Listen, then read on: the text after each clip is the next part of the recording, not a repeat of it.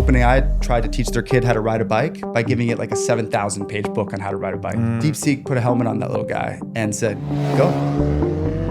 It sounds like we're getting into some technological paradigm that causes us to reevaluate the nature of intelligence itself. 2 kids in a basement in New Jersey could kick open the new genomic medicine that could make Pfizer invalid. And distribute it via the internet. Immediately write a white paper that gets rolled on fire, and then market caps just dissolve overnight. I always like the etymology of the word decision. To cut off. Exactly, to cut out all the alternatives, right, and choose the one that's most advantageous to you. It's such a shame, by the way. So many people don't understand what you just said. There's an underlying energy underneath all sectors, and that is creativity. The most pertinent fact of the Bible, what was God's job? God created. We're still having this hangover from Newtonian physics. We have the wrong metaphor. It's not all these billiard ball indivisible particles sloshing around. It's energy, it's frequency, it's wave interactions. Even the particle is just a metaphor basically for wave interactions. That's where infinitely hard money becomes infinitely valuable. Not to do an ad for Bitcoin here. Yeah, well, everything on this show seems to be an ad for Bitcoin one way or another.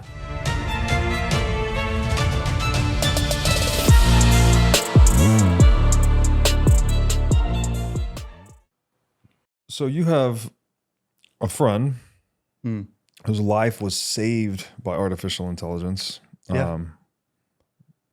Let's just start there. That's a good Seems good like hook. that. Saved twice in a way. First, they received a diagnostic that they received from a doctor who used machine learning to do something called wide dimensional analysis. You know, think of it like a spreadsheet with thousands of columns, and traditional computing can't chew through that and find correlations, but machine learning, which we'll get to later, is able to do that much more easily, much more efficiently. And so they were diagnosed with a condition as a result of this analysis. So AI basically got them their answer, which is what was wrong with them. And then the medicine that they took was an immuno-derived, came from their own body, and machine learning played a role in actually baking the cake that was ultimately fed to them, and it relieved a lot of their symptoms of their heart condition, and they're essentially cured now. So AI found it, and then AI cured it. And obviously, scientists were the ones who created AI. So I still give us credit for that, not the machines. But I think it's an incredible example of what's coming down the pipe because it's already here today. When was that? The diagnostic was about 3 years ago, and then the immuno-derived medicine she received was about a year ago. So and like I said, she's in remission. There's nothing spotted that is looking bad in the diagnostics right now. So it seems like it's a 1-2 punch, all delivered by AI. Yeah, it's amazing. Yeah. And so, I mean, I guess this is just one example of where artificial intelligence is augmenting not just labor hours, right? Allowing people that are doing diagnostics to accomplish greater results with less time, kind of thing, but also improving the quality of work. Yeah, exactly. It's accelerating the effectiveness and increasing the efficiency. So we're getting more man hours, person hours out of the same unit of time, and those person hours are creating more out of the same unit of time. Yeah, it's strange to me that people find that. I mean, people tend to look at innovative technologies as they can be scary because they're potentially job destroying. Yeah. But these are the types of this is the job destruction or the creative destruction that we want, right? To accomplish better, greater results with less effort. Correct. So people that are fearful of losing their jobs, you really just need to be willing to adapt, basically. Absolutely. I mean, the example that I like to give is the buggy whip manufacturer. Yeah. People talk about this a lot, and it's the idea of the riding whip for the horses, and that was a leather instrument. And obviously, when we moved from horses to cars, there was a thought among the buggy whip community that this is going to be bad for us. But you don't know what you don't know. And when the car came, all of a sudden, you know what it came with? Lots of surface area for leather work. So now suddenly they're able to do more work and a higher value work. So they, essentially transform their job from a lower energy one into a higher energy one. Yeah. And that's the nature of these technologies as it stands. We can't predict where they're going to take us, only that they're going to increase our leverage. And when leverage increases, new opportunities increase and new things become possible. Yeah, we increase aggregate wealth and then we can just do more things, right? So correct. Yeah, it's more human freedom, and I don't know why that should ever be regarded as a bad thing. Unless you're just very hyper focused on you and your craft and that place and time, and you're not paying attention to the bigger picture. Yeah, like I've invested too much to let the tools of the time put me in a different place. But thank goodness for the tools of the time, because my friend probably wouldn't be here, and other people wouldn't be here either. So it's definitely a trade-off that I'm willing to make, and I think most people, if they're calm about it, should be willing to make too. Yeah, candle makers are fearful of the light bulb producers, but in the long run, everyone prefers electric light. Exactly. Not fewer fires. Also, plenty of boutique candle makers work at night with lights, not with candles on. So right. Totally makes sense. Right. Okay. So how does this relate? I mean, artificial intelligence is obviously a big movement, but how does this relate to other trends in reality becoming more and more digital? Like obviously we've got Bitcoin, the internet broadly. Yeah, I mean, Andreessen famously commented that software is eating the world. And I just think that things are digitizing. And I think that's our destiny, because there's less entropy in the digital world versus the physical world.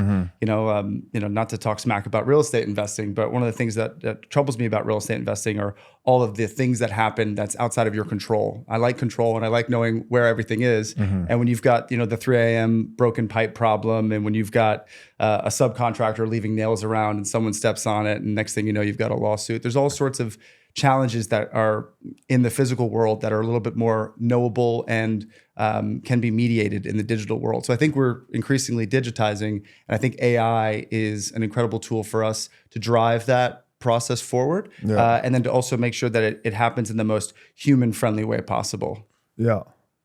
And what, like the recent stuff with Deepseek, do you have views on that? Because it seems like ChatGPT was kind of becoming the elephant in the room, right? OpenAI and their product ChatGPT. I forget how many billions they had invested into it up until that point, and then all of a sudden, this was a week or two ago, as of this recording, a $5 million investment in this open source alternative called Deepseek goes live or goes mainstream. That basically is feature to feature comparable. To this multi-billion-dollar investment. Again, they did it in I think it was less than $6 million. So what does this say about the acceleration of AI innovation? And is it just commoditizing really fast? Like, should we expect prices to continue to collapse and this thing get cheaper? I think token price is going to continue to collapse. And I think that just like we laugh about the days when we paid for minutes on the phone, we're going to laugh about the days that we paid for tokens. And what are tokens? Can you So basically, So the current AI systems are using matrix multiplication, and they're basically just doing parallel math really fast. We used to use CPUs, and then we used GPUs, graphical processor units, and now we use TPUs, tensor processing units.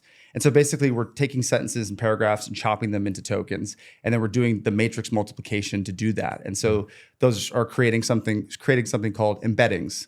And so when a giant corpus of text is given to a model, the current model, the transformer transforms it into numbers.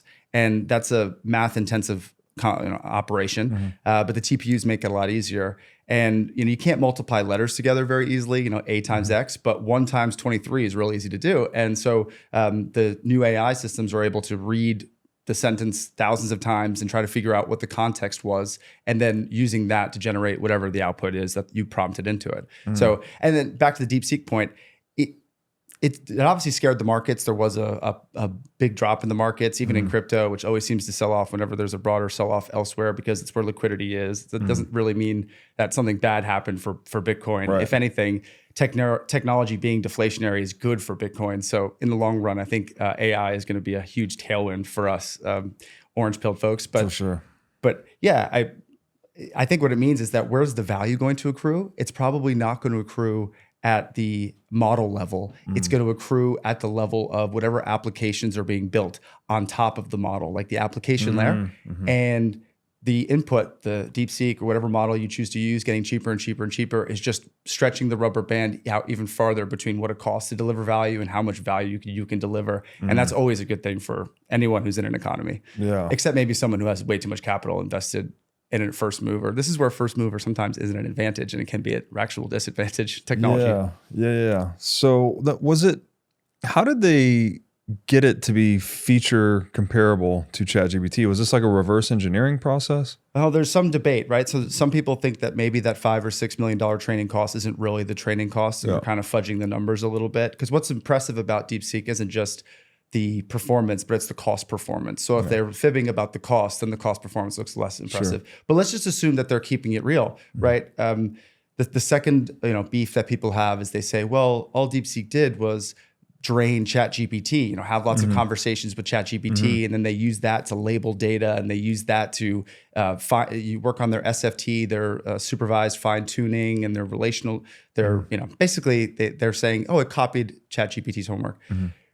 But you know what? ChatGPT scraped the internet. The ChatGPT copied the internet's homework, and I think that's just the way it's going to go going forward. And you said something like it has feature parity. Frankly, Deepseek has something that OpenAI doesn't have really, which is exposed reasoning, where you can actually see the model working through what it thinks you're asking it and what direction it thinks it's supposed to go. And quickly you're seeing the other model providers like Anthropic and stuff exposing reasoning because they realize that's actually a killer feature. People love to see what was it thinking when it gave me this answer.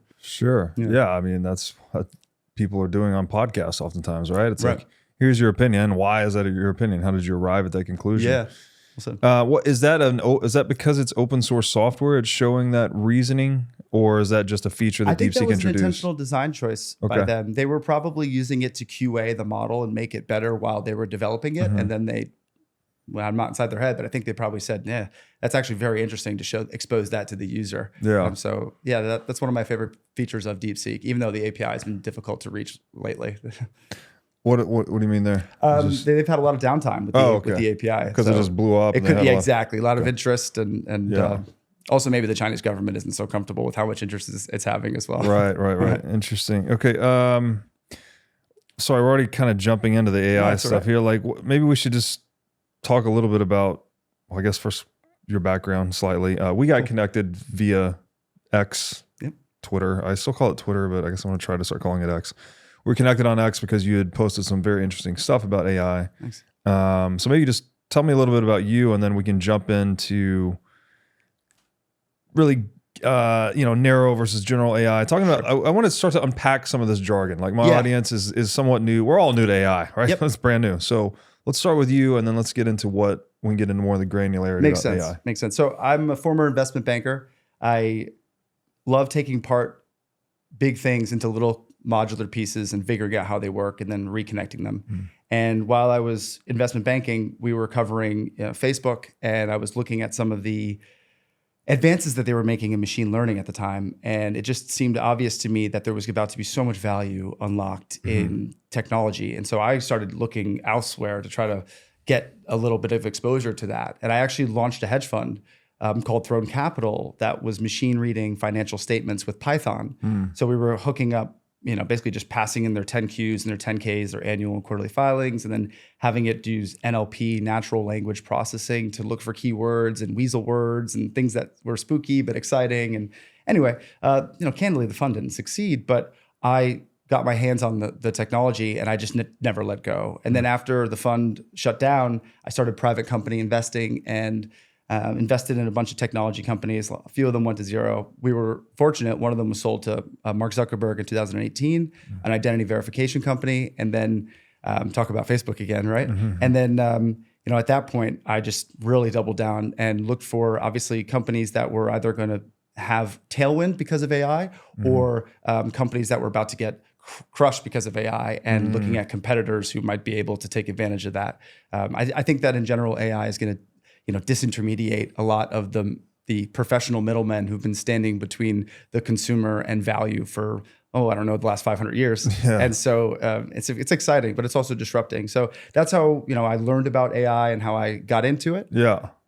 And I think now you want to do some jargon unpacking? Yeah, well, so this term is been thrown around recently, right? We say AI, obviously artificial intelligence. There used to be this push toward artificial general intelligence, as if we were going to get to some threshold condition where the computer became sentient, something like that. That threshold condition used to be the Turing test. I think that has sort of fallen by the wayside at this point. So can we just start broadly, just defining what is artificial intelligence. Is there still an AGI that we're shooting for? I think so. Okay. Yeah. So artificial intelligence, great question. AI is not one field.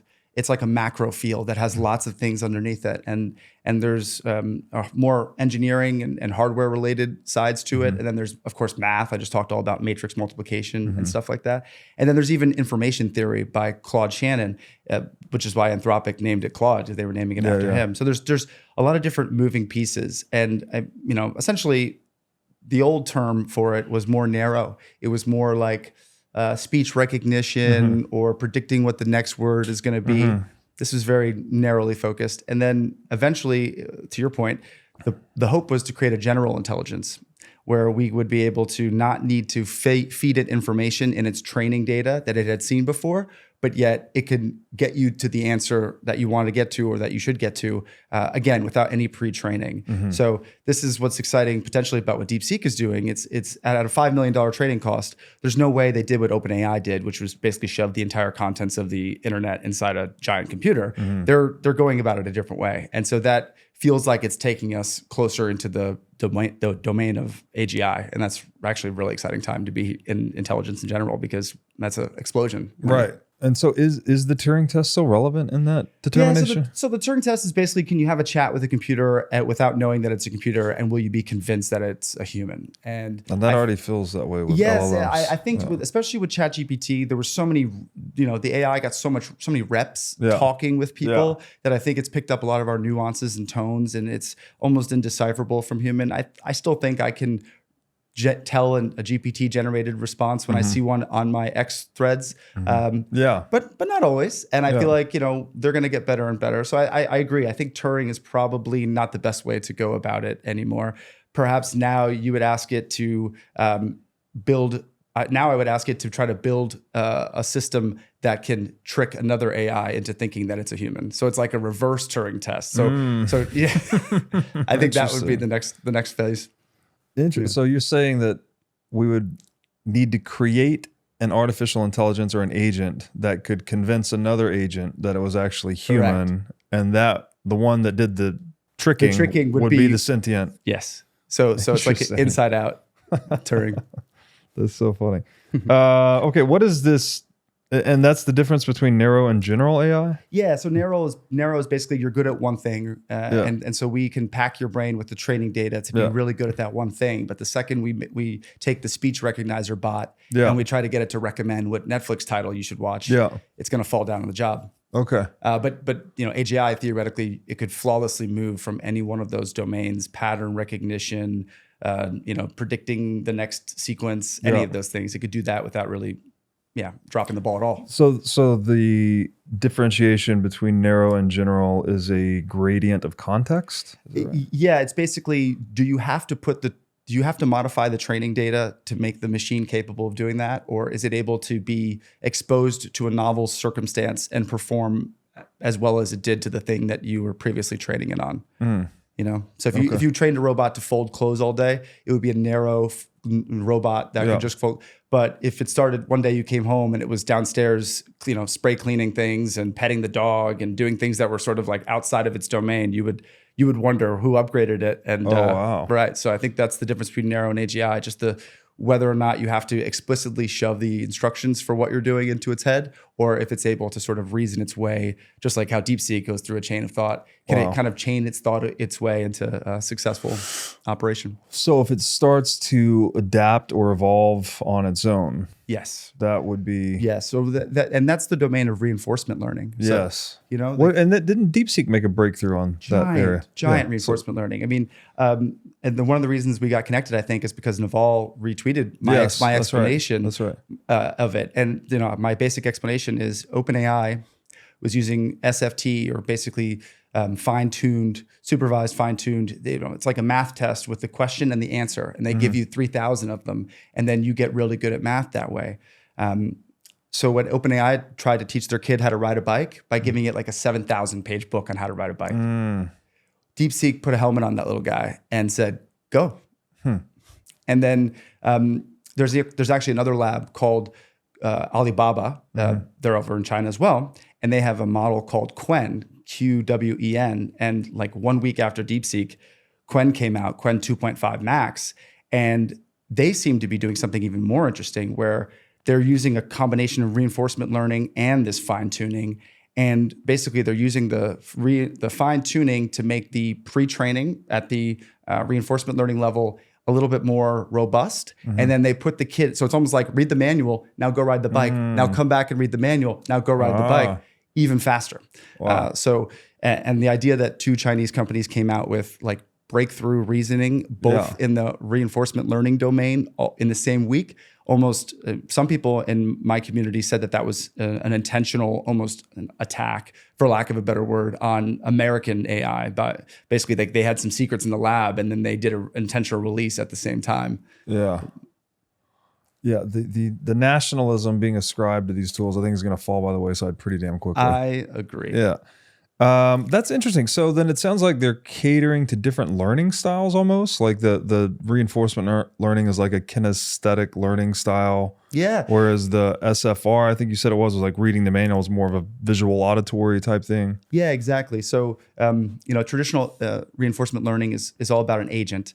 And it's not like the AI agents of today's conversation. It's just more like a rat in the maze as an agent. And it has 2 outcomes. It either finds the cheese or it finds a dead end. And then the next time you drop it in the race, it kind of remembers a little bit which way to go to get to the cheese. And so you just keep dropping it in. And then every once in a while you change the puzzle and you make it a little bit better at finding the cheese. And and that's old. Like that's been around for 50 plus years, that whole concept, maybe even 70. The issue was, and there's many, but sometimes in life you don't get the reward right away. The cheese isn't there, right? Yeah. So same thing in chess. Like you can make an amazing move, but it still takes you 13 more moves until you checkmate the other guy. Well, the old challenges with reinforcement learning is that delayed reward was so broken apart that they couldn't remember, like, well, which of my last 13 moves was the move that got me into this place? Right. And it was ascribing too much value to the more recent moves. So what we're seeing now is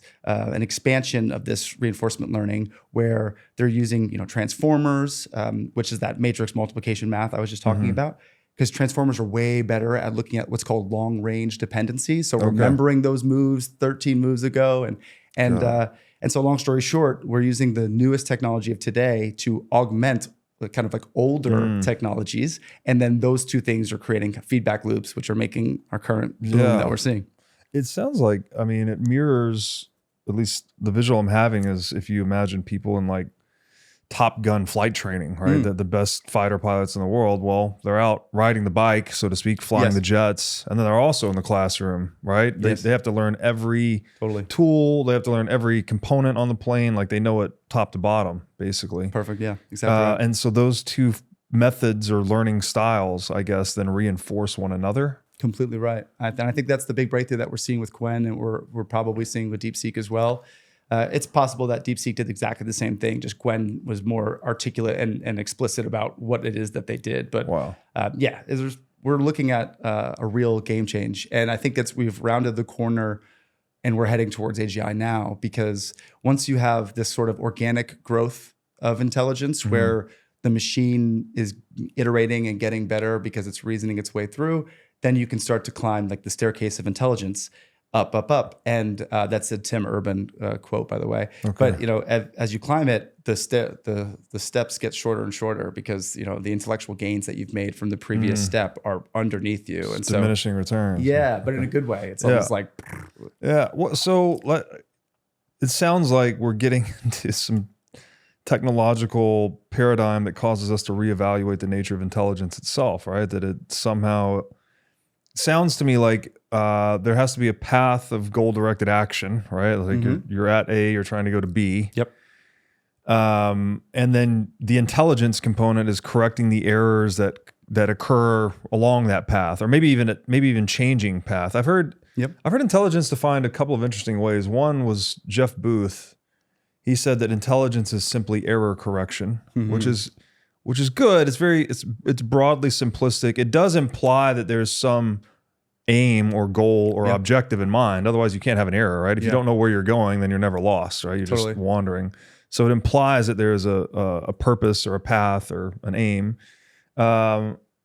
Another one was, I hope I can paraphrase this correctly, that, it's been said that there's many paths to the top of the mountain. So like the ability to select different paths to reach the same outcome. Right. If you hit a dead end 3 different times, you find the 4th, 5th, and 6th alternatives to that objective.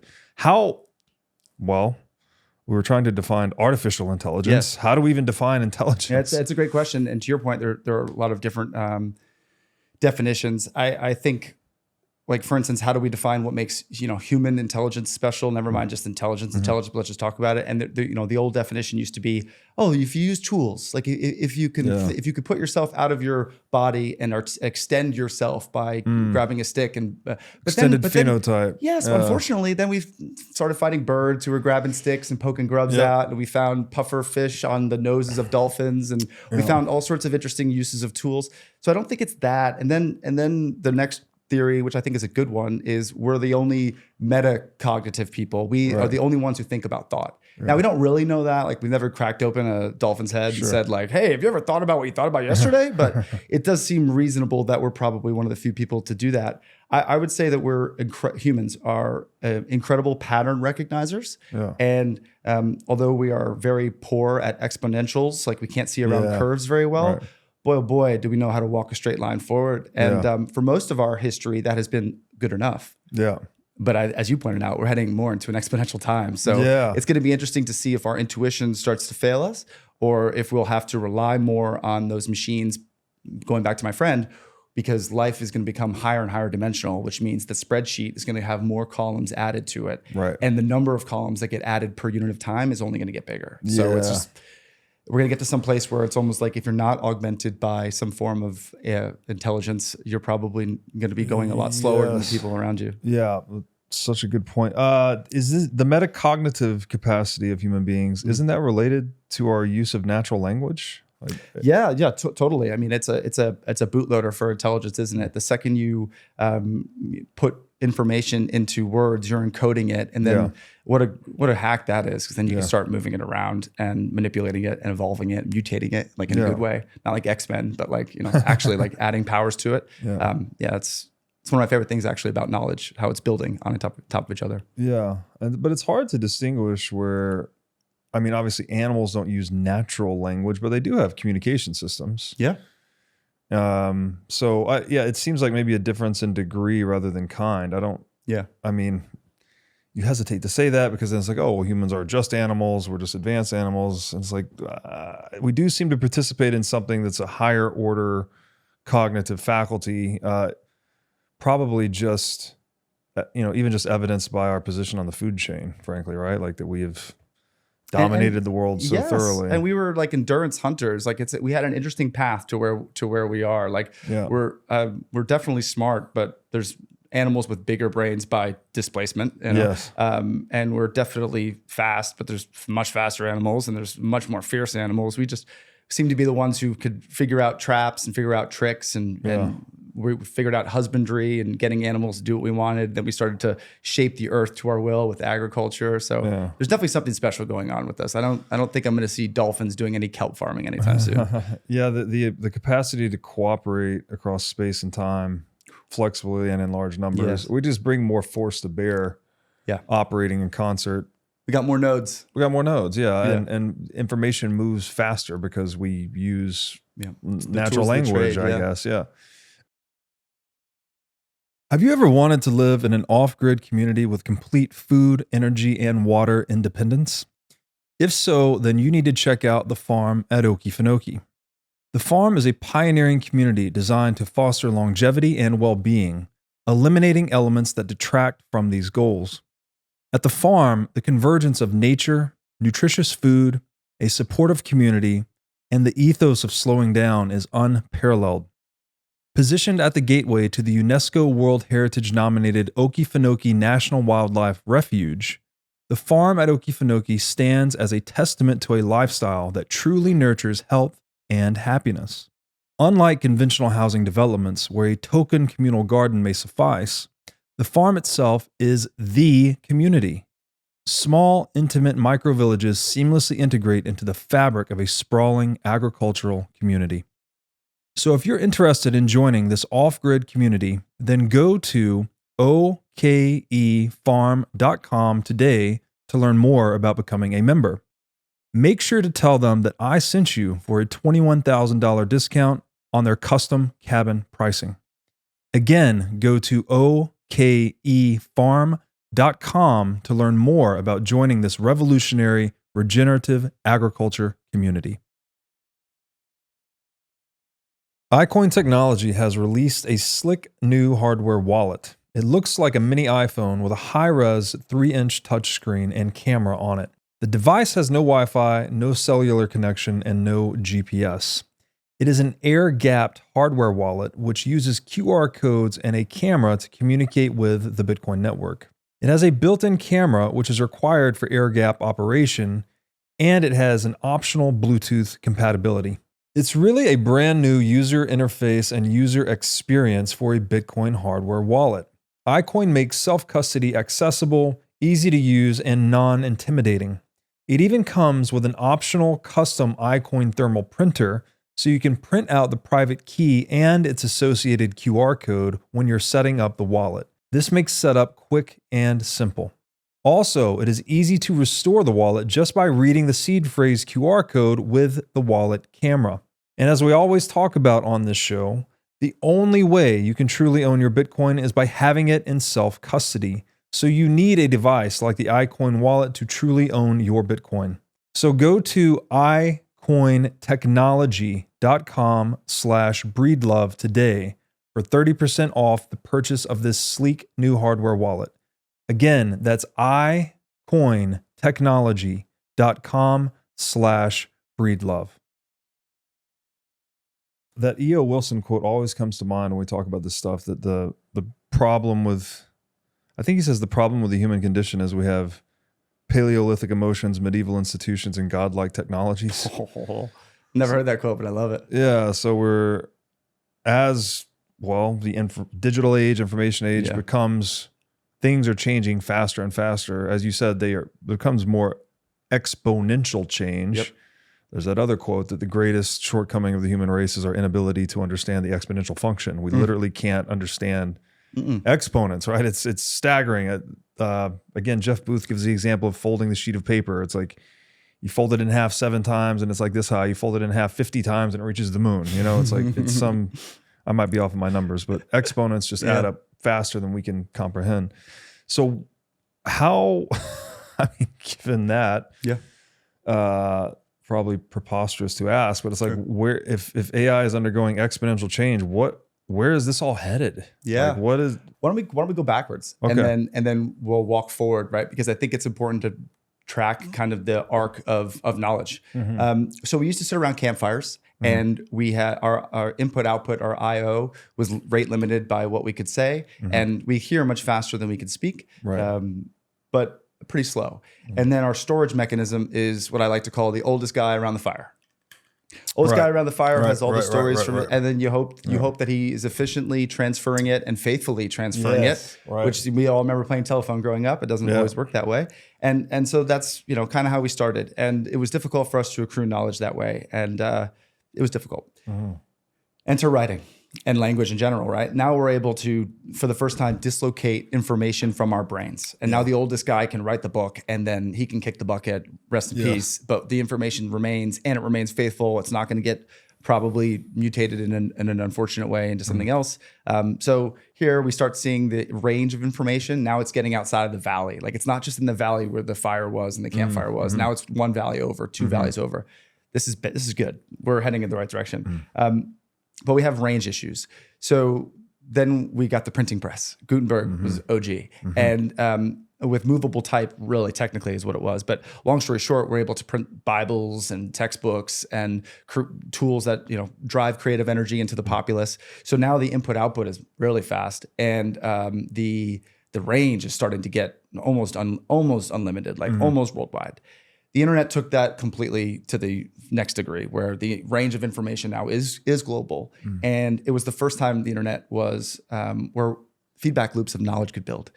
You couldn't just you could just read if you wanted, but you could also contribute. So you can write back to the forum, and you could. And I remember the old days, like that's how we used to communicate on these boards. And you could jump back in and say, "Oh, I just read about this. What are the implications here?" Oh, and then they'd send you a link. Let me Google that for you. You should go check that out. You know. So now it's like there's a feedback loop going on. And you mentioned jet pilots earlier, and we're going to talk about OODA loops in a bit, but it's incredible, like how we're starting to OODA here. And then after that, after the internet, we used the internet to sort of build our database, and that became the tool that we used to build AI. And so we started by talking about OpenAI versus Deepseek, and people were like, "Oh, Deepseek just ripped off OpenAI and just had a lot of conversations with OpenAI to build out its database in a cheaper way than OpenAI had to go do it." Well, OpenAI used the internet to its advantage, and so that's the nature of the beast. Right. And now we've got agents, which are, you know, the first time that our information is talking to itself. We've got two agents, it's just our information, having a conversation with each other, and sometimes discovering something, connecting two dots that we didn't anticipate. So now the information is creating more information.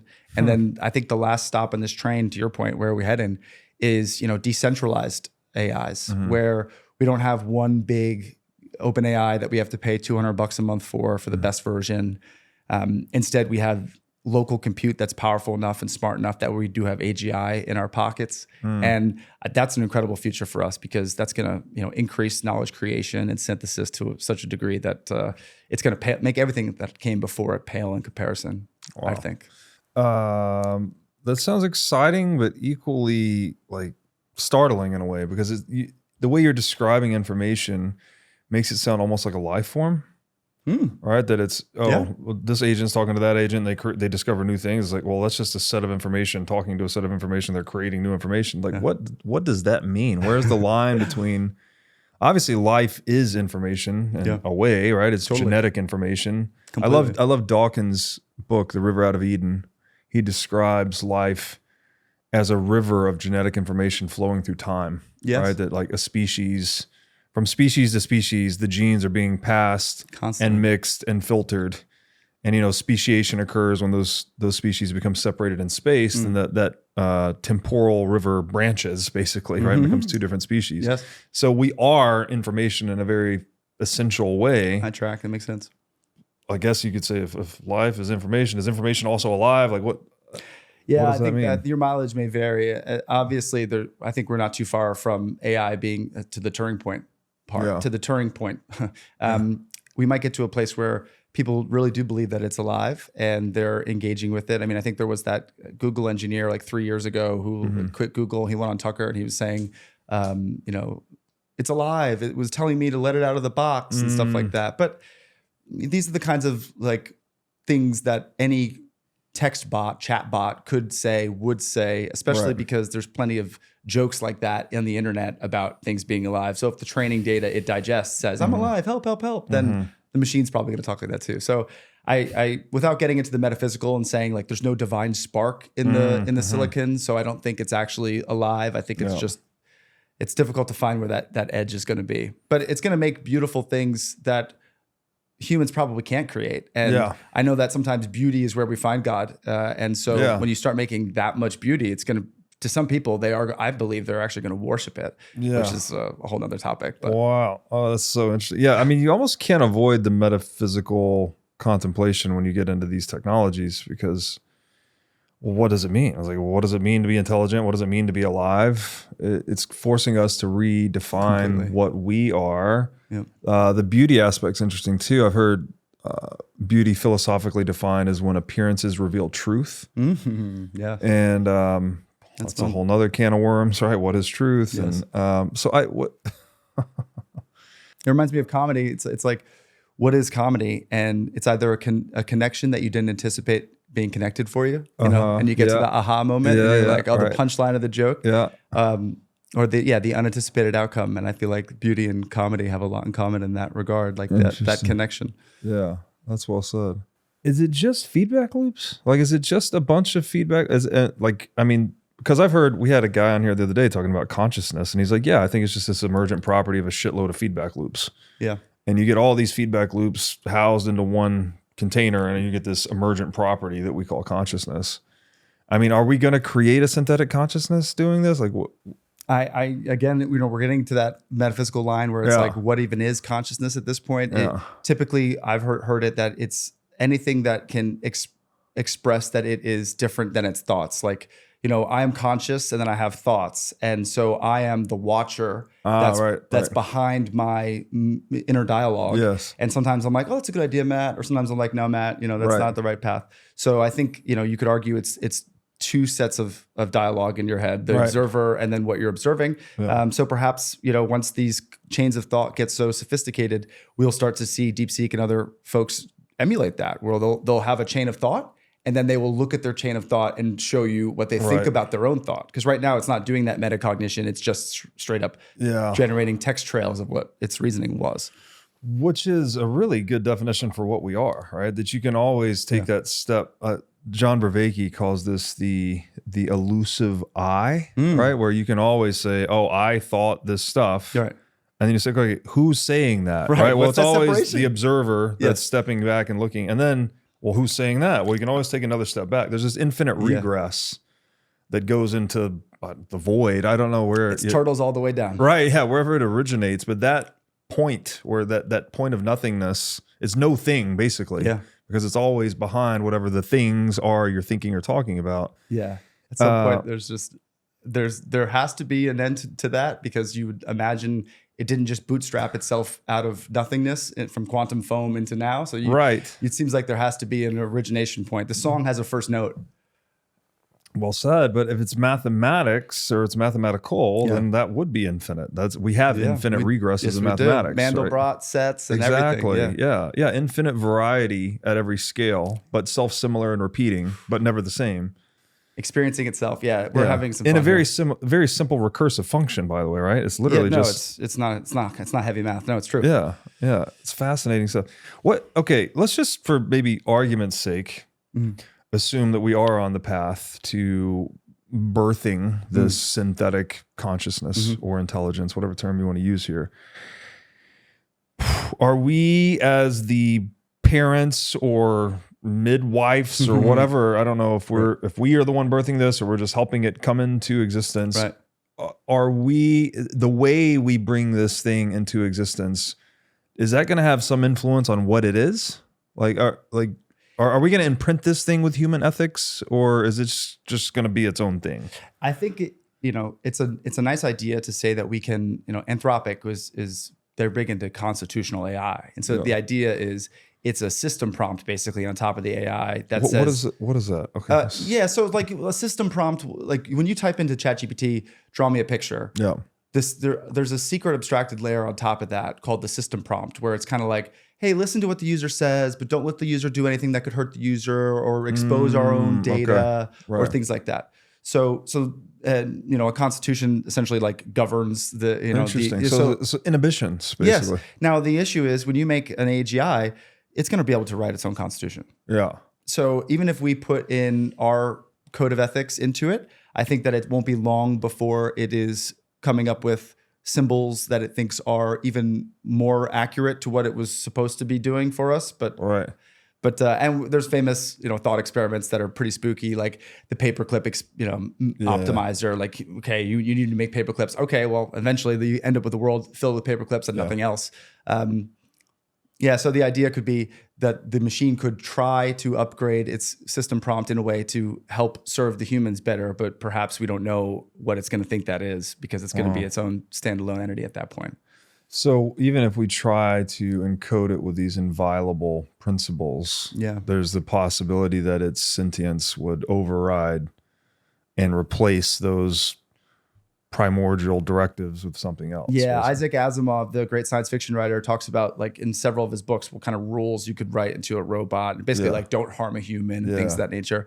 But then you get the train trolley problem, and now the robot doesn't know what to do. Like, do I harm one human or three humans? And under the do not harm humans or minimize human harm protocol, he's pulling the lever and running over that one person, theoretically. Right. And sometimes when you delay, you can end up hurting both sets of people. So sometimes acting quickly is better than inaction, and AI will certainly act quickly. But tell that to the person who got squished, right? Yeah, sure. Well, so this reminds me of that movie I, Robot. I've heard the book's better actually. I don't. Oh yeah, that's all. That's an Asimov right there. Yes. Yeah, I thought so. That's where the laws come from. So I mean, before we leave this like sort of hypothetical situation that we are giving birth to a synthetic consciousness, what in that situation, in those circumstances, what is our ethical or moral responsibility? I assume we'd want to create something that promotes human flourishing rather than extinguishes human flourishing. I think that's a great starting point. I not to jump around, but I think that's actually one of the benefits of decentralized AI, because with centralized AI, you've got all of the information living in one place, which can be useful, right? You've got scale. There's huge advantages scale wise, but there could be some downsides, right? That could be a security breach.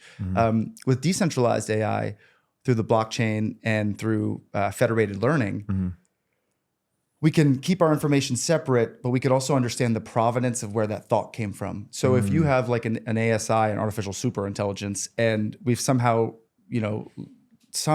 tied it to the blockchain, and we've made it pass all of its thoughts through this observable, transparent, grid that we could look at, it would be possible for us to see why it came to the decisions that it came to, and perhaps that would be a window that we could use to get it to look at itself and go, hey, look, you made these decisions, but was that really in humans' best interest? So I think at that point, our only hope is actually to try to give the robot the AI the ability to observe its own actions and the consequences of its own actions. Now, here's the good part. It's becoming already an incredible sequence modeler and pattern recognizer. So walking my next step forward 1,000 steps is actually much easier for the machines than it is for us. I mean, law of unintended consequences. Nixon tried to cool down the inflation in the housing market. And so he put on price caps for American timber. Well, all these American timber companies created Canadian and Mexican LLCs, and they sold it to themselves in other places, and then they imported it into the country. And then we lost out on taxes domestically, and we paid imports and tariffs and duties. So it seems like whenever we try to get too smart, something happens that smacks us down a little bit. And AI will, I think, have a much, frankly, better sense of what the implications are going to be of our actions than even we will. Yeah, So I could see a de-risking society. I mean, like Teslas, right? The average number of miles that a Tesla travels between accidents is like 1/50th of what traditional drivers are. And it's only increasing, obviously, as the number of cars on the road and the number of sensors in the cars go up. So I think it's net going to be a safety driver for us, not a source of risk. But the risk can be existential. So if it's a 1 in 1 trillion risk, but that risk is an asteroid the size of Texas hitting the planet, you have to do something about deflecting that asteroid or giving yourselves the ability to. So got it. Yeah. Oh, okay. There's a lot there. All right. So Aristotle said something like the purpose of knowledge is not knowledge, but action. So like almost what defines knowledge is it's information that changes your path of goal-directed future action, right? If it's not data. It's not just some random factoid. Right. It's something that relevant. you've digested, and then you've said, okay, I'm going to take my previous experience and what I just learned, and I'm going to use it to draw an arrow forward in some direction. Yes, or change the previously drawn arrow, right? I had a path, and now, this creates a deviation, so I need to go around it. And it comes down to that term relevance, which is a very hard word, right? Like it's like context. It starts to interconnect with a larger sphere of things, and then that sphere goes on and on and on until it touches everything eventually, right? And then you get into this like map and territory issue, and you're like, how do you deal with that? So, okay, can we just talk about, I guess if we're just looking at agents, and again, agents are just these are just actors basically, right? These are things, if I use Mises' definition of action, the purposeful use of means to pursue valued ends. Now, typically this is something reserved for human beings, but now we're getting into this domain where agents can be encoded to act in a certain way, right? And it's not just AI. Like I would say even Bitcoin sort of has Satoshi encoded it with this purpose, right? Like no matter how hard we mine Bitcoin, it adapts and adjusts to maintain its fixed diminishing supply curve towards 21 million. I love algorithmic insensitive supply versus demand. Yes. So algorithmic adaptation to other algorithmic adaptation or algorithmic action is agency, a proxy for life or something, or agency. Yeah, we'll stick with agency. So what if we look at agents like centralized versus decentralized agents, what does that mean?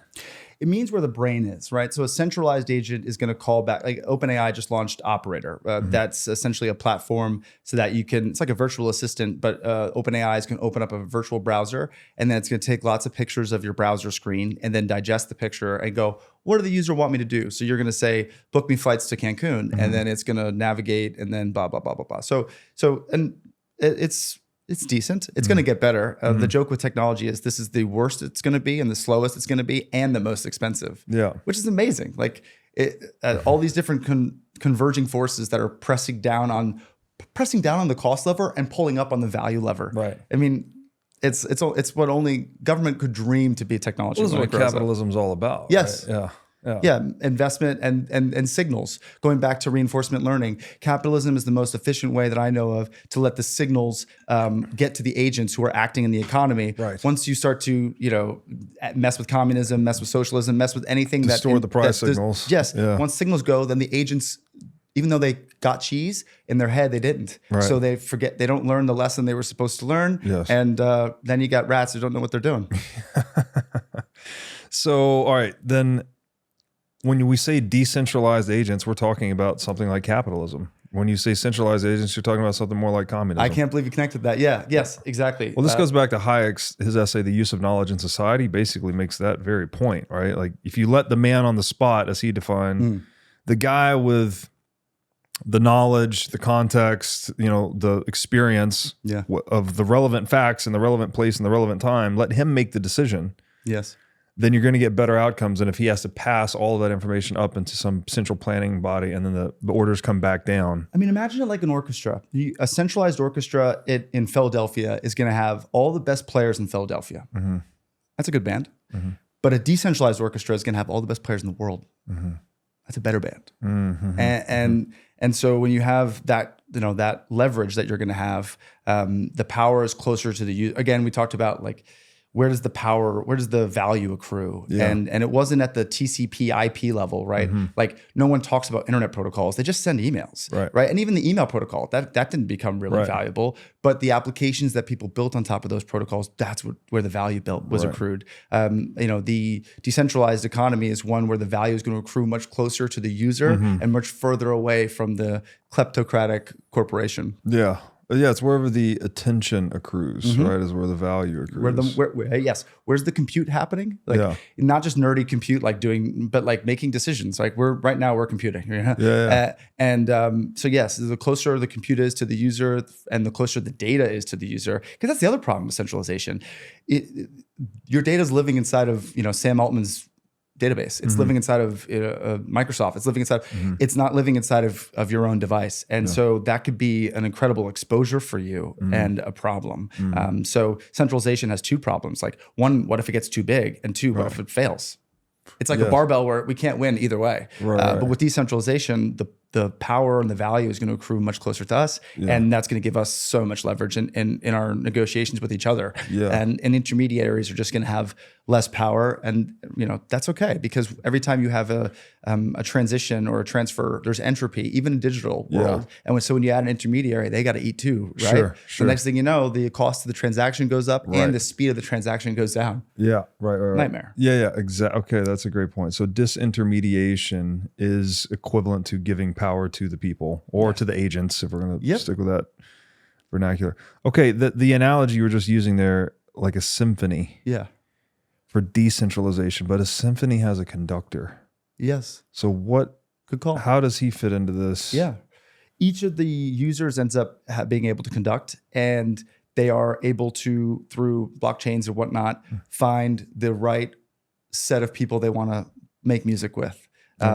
So, for instance, in DeFi, if you have a grocery store that's centralized, but if you could use the blockchain, you could have a farmer sell his goods to an end user right at the farmer's market, and the shopping, to your point, who's the conductor? Okay, fine. Who's the cashier? Well, the cashier becomes the chain, right? It becomes a perfect distributed ledger that everyone can see, and I think that's really where so much more value is going to be starting to accrue, because again, supermarkets are they can be a useful thing, but they also just add a cost layer, and the produce goes bad because it's had to make one extra stop. So yeah. This might be another interesting analogy for money, actually, because if the conductor is the individual that's synchronizing the various musical instruments and musicians, right? He's establishing the timing and coordination between them such that you produce this beautiful symphonic sound.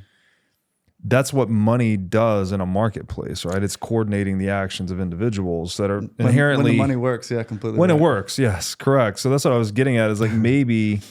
And I want to, you're using terms like blockchain and whatnot. Like my view would be that's all basically translatable to Bitcoin ultimately. So if Bitcoin is money that works, it does coordinate inherently antagonistic market actors in the most effective, synchronized way possible. Then maybe in this digitally decentralized world, Bitcoin is like the conductor for this big ass orchestra. I think that's spot on. Yeah. It's the fabric, money is a conduit for trust in a society ultimately. And we've had this issue with the third party creator of this money, whatever government you're thinking of right now in your head, they are able to print it. And when you're able to print it, essentially, remember in 2008, there was moral hazard where it was like, oh, well, if the banks were making all these crazy loans and then we just give them taxpayer money, so they didn't really learn the lesson to not make crazy loans. Right. Same thing with printing. There's a bit of moral hazard there because you're able to, just like with the Romans who were slightly chipping more and more low value metals into their denarii, you start to steal from all of the savings that have ever been saved, right, and all of the purchasing power that's ever been built. Yeah. Well, that's a problem. And if you multiply that times 50 years, 100 years, and then we live in this globalized world where, BOJ, Bank of Japan never stops printing. Yeah. We never stop printing. Now it's almost like a race to the bottom for purchasing power. So not to do an ad for Bitcoin here, but that's where infinitely hard money becomes infinitely valuable. Yeah. Well, everything on this show seems to be an ad for Bitcoin one way or another because everything is good for Bitcoin. Yeah. No, that's a really interesting way to look at it. And then, yeah, the symphony is a good one too. It's a good analogy because we've already said it, but when you print money, you are distorting that coordination function of money.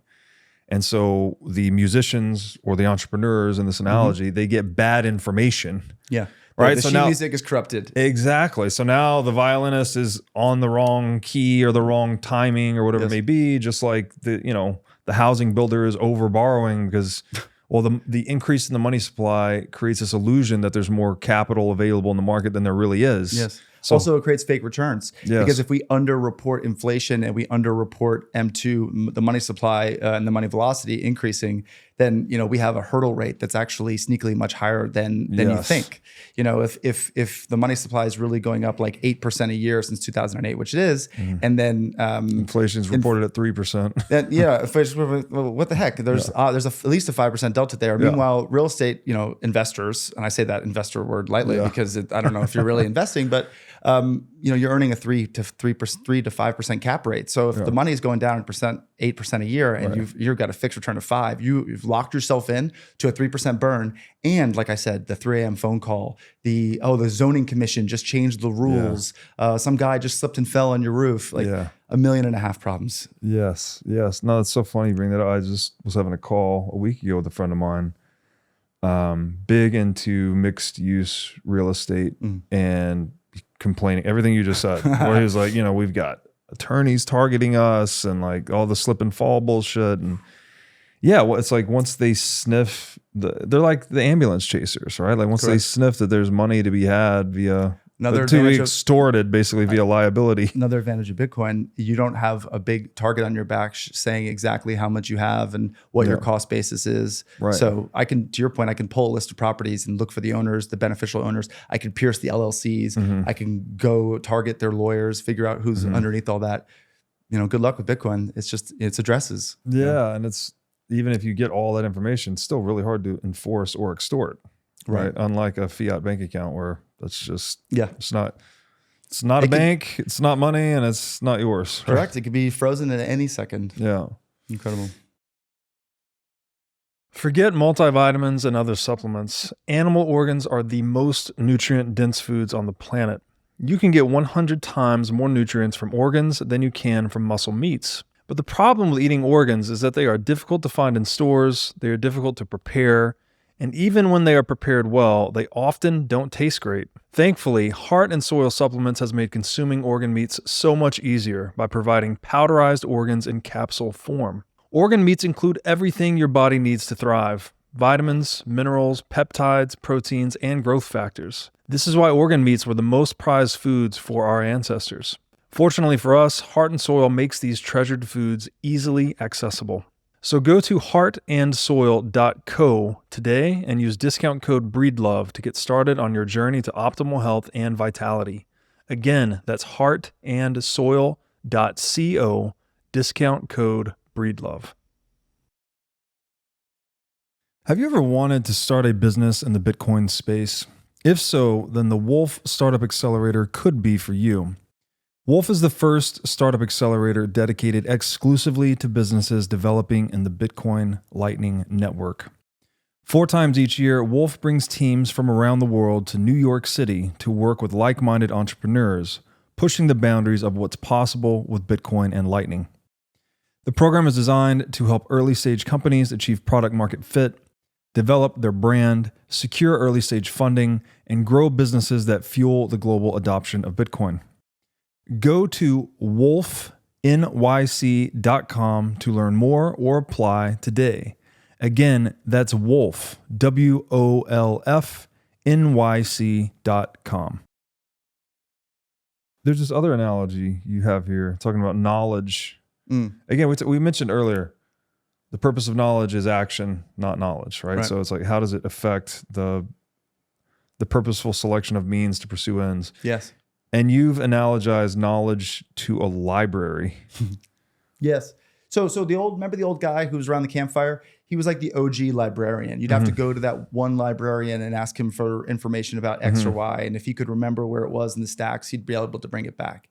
And then printing basically gave us the ability to print a catalog of all the books. So now you don't need to like hope that one old librarian remembers where that book is. You kind of have a good list of it. Yes. And then, to extend the metaphor, the internet starts becoming like a much bigger global library. And then AI becomes a conversational tool where you can personalize the book and even the delivery of the book. So you could I like metaphors. That's why I have one in each section of the summary. Well, I usually ask, what does X mean? What does X mean in relation to Y? And then could you please give me an analogy so I can understand? Yeah. And a lot of times I'll ask you for 3 analogies. Then I'll go shopping and pick the one that makes the most sense to me. And I think it's an incredible tool to break down information into composite parts and get a better understanding of it. And so this library that we've built is just upgrading, and now with agents, the books are talking to each other. Yes. Yeah, the books are talking and they're to each making new books, and now we're about to go down a fascinating discussion of discovery versus invention. Like some people believe that nothing is invented and everything is discovered. Right. And it's just like you have to do enough reps in the right area. It's like archaeology. It's all in the ground already. Yeah. We just have to sit here and find the right place and keep brushing. I'm not sure about that, to be honest. Like I think Satoshi invented something because he invented a unique combination of things, like the game theory, the cryptography. I mean, whoever this person or persons were, they had such broad knowledge across so many domains, even like game theory and dealing with people, which means it wasn't just your run-of-the-mill nerd, because they don't usually know how to deal with people. So this person, whoever they were, had an understanding of all sorts of problems, the double spend problem. Incredible. Yeah. Well, you mentioned the telephone game much earlier in this conversation. Yeah. That is the Byzantine generals problem. Yes, it is. Right? The telephone game is what? You call someone, you deliver a message. Yes. And then they call someone, and like by the time it circles all the way back to you. And you always got those 3 friends who will transform it into the funniest thing possible before it gets back to you. Yeah. So I guess the transformers in this analogy are they're the deceivers basically in the Byzantine generals problem, right? They're distorting the message as it gets passed around the telephone chain. Yes. And that's exactly the problem Bitcoin solved for. Yeah. It was long held to be an unsolvable computer science problem, that you could never pass a message through a network of antagonistic actors in a way that the message had fidelity, right? That it was the same message going in as it was coming out. Yeah. And yet Bitcoin solved that. Beautifully. And by the way, with like an append-only time-stamped distributed database. Yeah. I mean, even the solution is It's low tech relatively. Yes, Yeah. it's born in the era of Unix, you know, Yeah. timestamps and even like the fancy part of the mining with the nonce and the random number. Again, this is just basically basic math problems that, you know, you can't do with a calculator. You're going to need more and more compute to be able to figure it out. But it wasn't some exorbitant, you know, decadent algorithm that came out of nowhere. It was like just he stapled together 4 or 5 things that needed to be stapled together, and he did it just the right way. And it's holding water now for 15 years. Yeah. You know, it's not like XRP with 32,000 blocks missing at the beginning of its history. It's zero downtime. I mean, Bitcoin is the champion. Yeah, and I guess that makes it a trustworthy conductor, right? I think so. Yes. You know what this thing's going to do in a way. You know how you know the rules by which it operates, and they don't change. A lot more than you can say for fiat. Yes, yeah. Okay, back to discovery versus invention, because Bitcoin's a great topic to go into here. I actually wrote an essay years ago, published in 2020, comparing Bitcoin to the number 0. I was wrestling with this. I was wrestling with a couple of things. Okay. Was Bitcoin invented or discovered, right? And then also trying to answer the very pernicious and popular question that comes up with people that are new to Bitcoin. How is Bitcoin any different than all these other shitcoins? Which is actually a difficult question to answer, because you need these nuanced, you know, ideas about network effects and first mover advantage and path dependence and proof of work. And, you know, there's a whole can of non-technical worms, actually. You know, I say they're not related to computer science, actually. They're things that are more social in origin that actually give Bitcoin its uniqueness. Frankly, those are the hard parts. And those are the hard part. Those are the parts you can't create in a lab. You can't engineer, basically. No. So back to the genius of Satoshi, it's like, you know, it wasn't just the invention and the code that he released, but it was also the timing and the people and the way he supported it. Like, it's a whole brilliant social experiment, I guess, that he pulled off beautifully, basically. Incredible. And in analogize, I was trying to find, like, okay, what's an analogously, have we had anything in history that was like this? And I stumbled, it took me a long time, but I found the number 0, basically. And this is an interesting one. I was like, well, okay, was the number 0 invented or was it discovered? The ancient Indian mathematician Brahmagupta will tell you he discovered it in meditation, right? It was the experience of shunyata, or the void, where there's no space, no time, no thing, no thingness, basically. As we were talking about earlier, it's like the origin point of consciousness. What's the first He's note? like, yeah, we need this. There needs to be a symbolic representation of this no thingness in mathematics to get mathematics to work, right? And when you put 0 in mathematics, it makes it function. It makes it outcompete all other forms of mathematics, basically. You can transform from negative to positive and back. It's a gap. There's a gap in it, and there's a gap in the number line, right? And, and so that's incredibly important. And when you're able to transverse negatives and positives that, that's how a lot of things go. Also, factors and bases and things, they all you take a 0 and start adding it to the end of it. That's where you start to scale. So I think a lot of and of course, ones and zeros. Ones and zeros, the literally age of how digital our gates age. work and everything. I mean, really important. And decimals, never thought about that. Decimals as well, right? So when you handle fractions, it's very difficult to handle fractions that don't have common denominators. But if you translate everything into decimals, well, you have a built-in common denominator, basically. And also, when you go into the negative domain, you get -1, and you get the square root of -1, which is the imaginary numbers. This gets you into basically all digital. I've got to read this thing that you wrote. Wireless communications depend on imaginary numbers. Is it published? It is published, Okay, It's called just The Number 0 in Bitcoin. It's a 40-minute essay.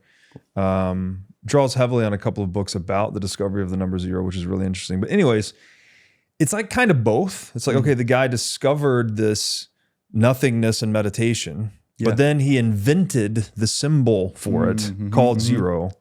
And then this has a whole bunch of cascading consequences I won't even get into, but basically it leads to the invention of calculus. Calculus is the underpinning, it's the mathematics of motion that underpins all modern sciences. So everything that we appreciate in the post-Enlightenment era depends on calculus, which in turn depends on 0. Shout out Leibowitz. And then Bitcoin is this other weird thing. Sorry, right? Newton, you're just getting way too much love. Satoshi invented Bitcoin, Yeah. And my argument was that yes, it's an invention, right? He pulled together these different existing components, put them together in a novel way, and created this new invention. Yep.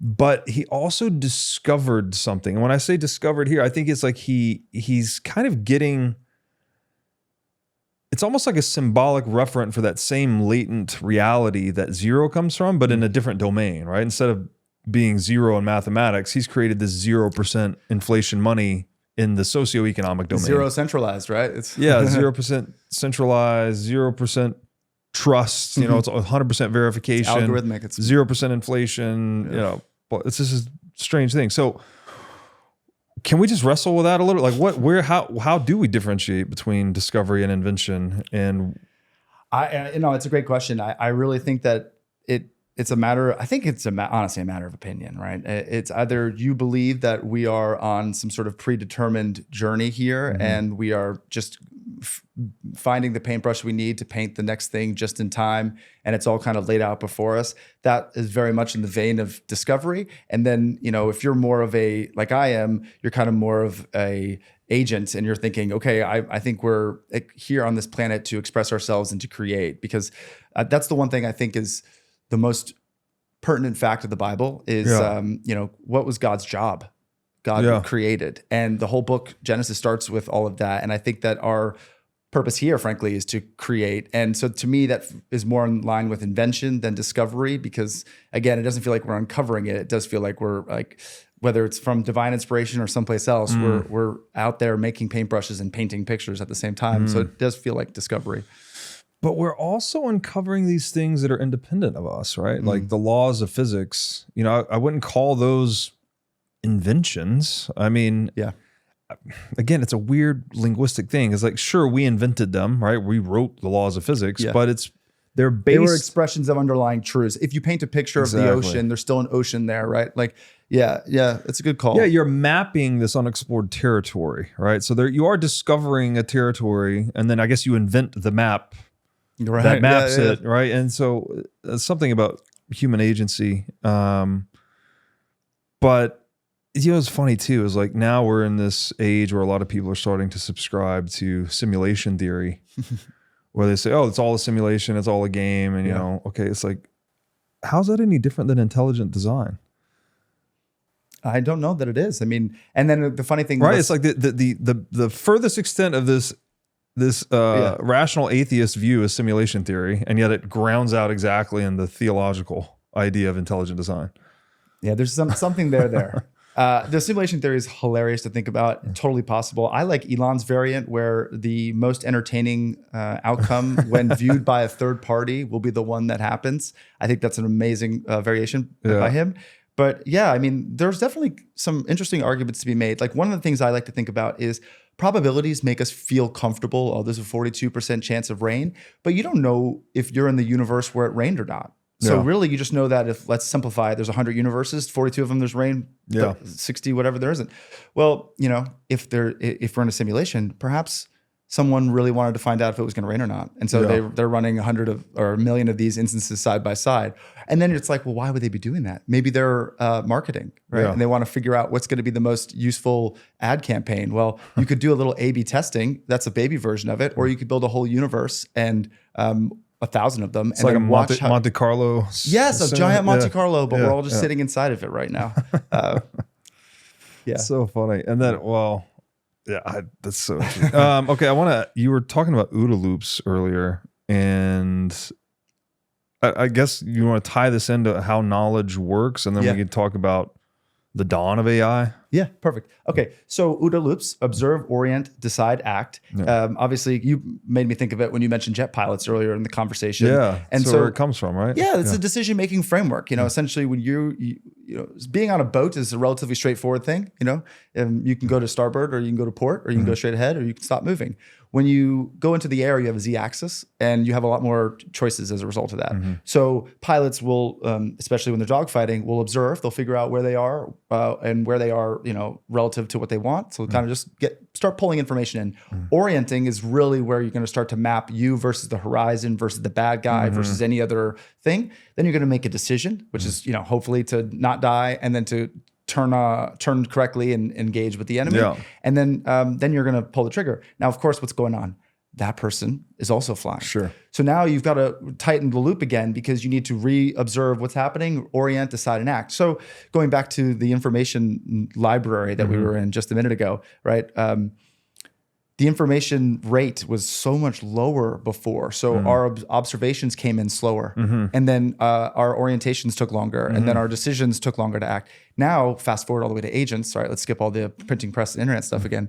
Now, observe, orient, decide, act is happening in almost one fell swoop. We've got two agents talking to each other, and they are dogfighting informationally. And their exhaust that's being kicked off are brand new learnings that we can have a third AI just sit there and watch dogfights of information all day and decide like, oh, that was an interesting turn of events. Let's see what would happen if we ran down that path, you know? So yeah, I think that we're creating more and more powerful jet engines and more power for our knowledge, and we're creating better computer systems to help us observe, orient, decide, and act. And if you've got more velocity and a better onboard computer, you're going to get to new places. That is so cool. So observe, take in sensory information.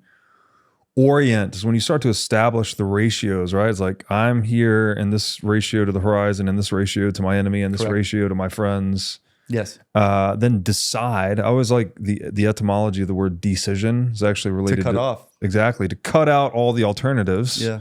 Right. And choose the one that's most favorable or advantageous to you. And it's such a shame, by the way. So many people don't understand what you just said. Like they make a decision and then they waffle after they've made a decision. Well, they haven't clearly cut off the idea of going to do the other things yet. That's so right, man. And it's so like, the importance of being very specific in your decisions. Yeah. Like if you just kind of like decide to sort of do this general thing over here, well, you're going to get clouded by further decisions, right? Unless you're very specific, like this is what I'm doing. Hence, like you have to decide not to die when you're in the dogfight. Like you can't be like, well, I don't know. You got to be very, very focused on that outcome. Yes, exactly. Because if you're dead, you can't dogfight. It's very difficult to make the next OODA loop. Yeah. But relating decision to that word incision to like cut away all the non-advantageous alternatives and being very specific with your aim helps you stay true. I guess helps you accelerate further decision making, basically. Exactly. As the survival instinct is something that's so fundamental. It's always a motivational factor, let's say. And then the action is just the actual carrying out of that decision. Whatever it was. The execution. But then it becomes game theoretic because now you've moved or you've changed path.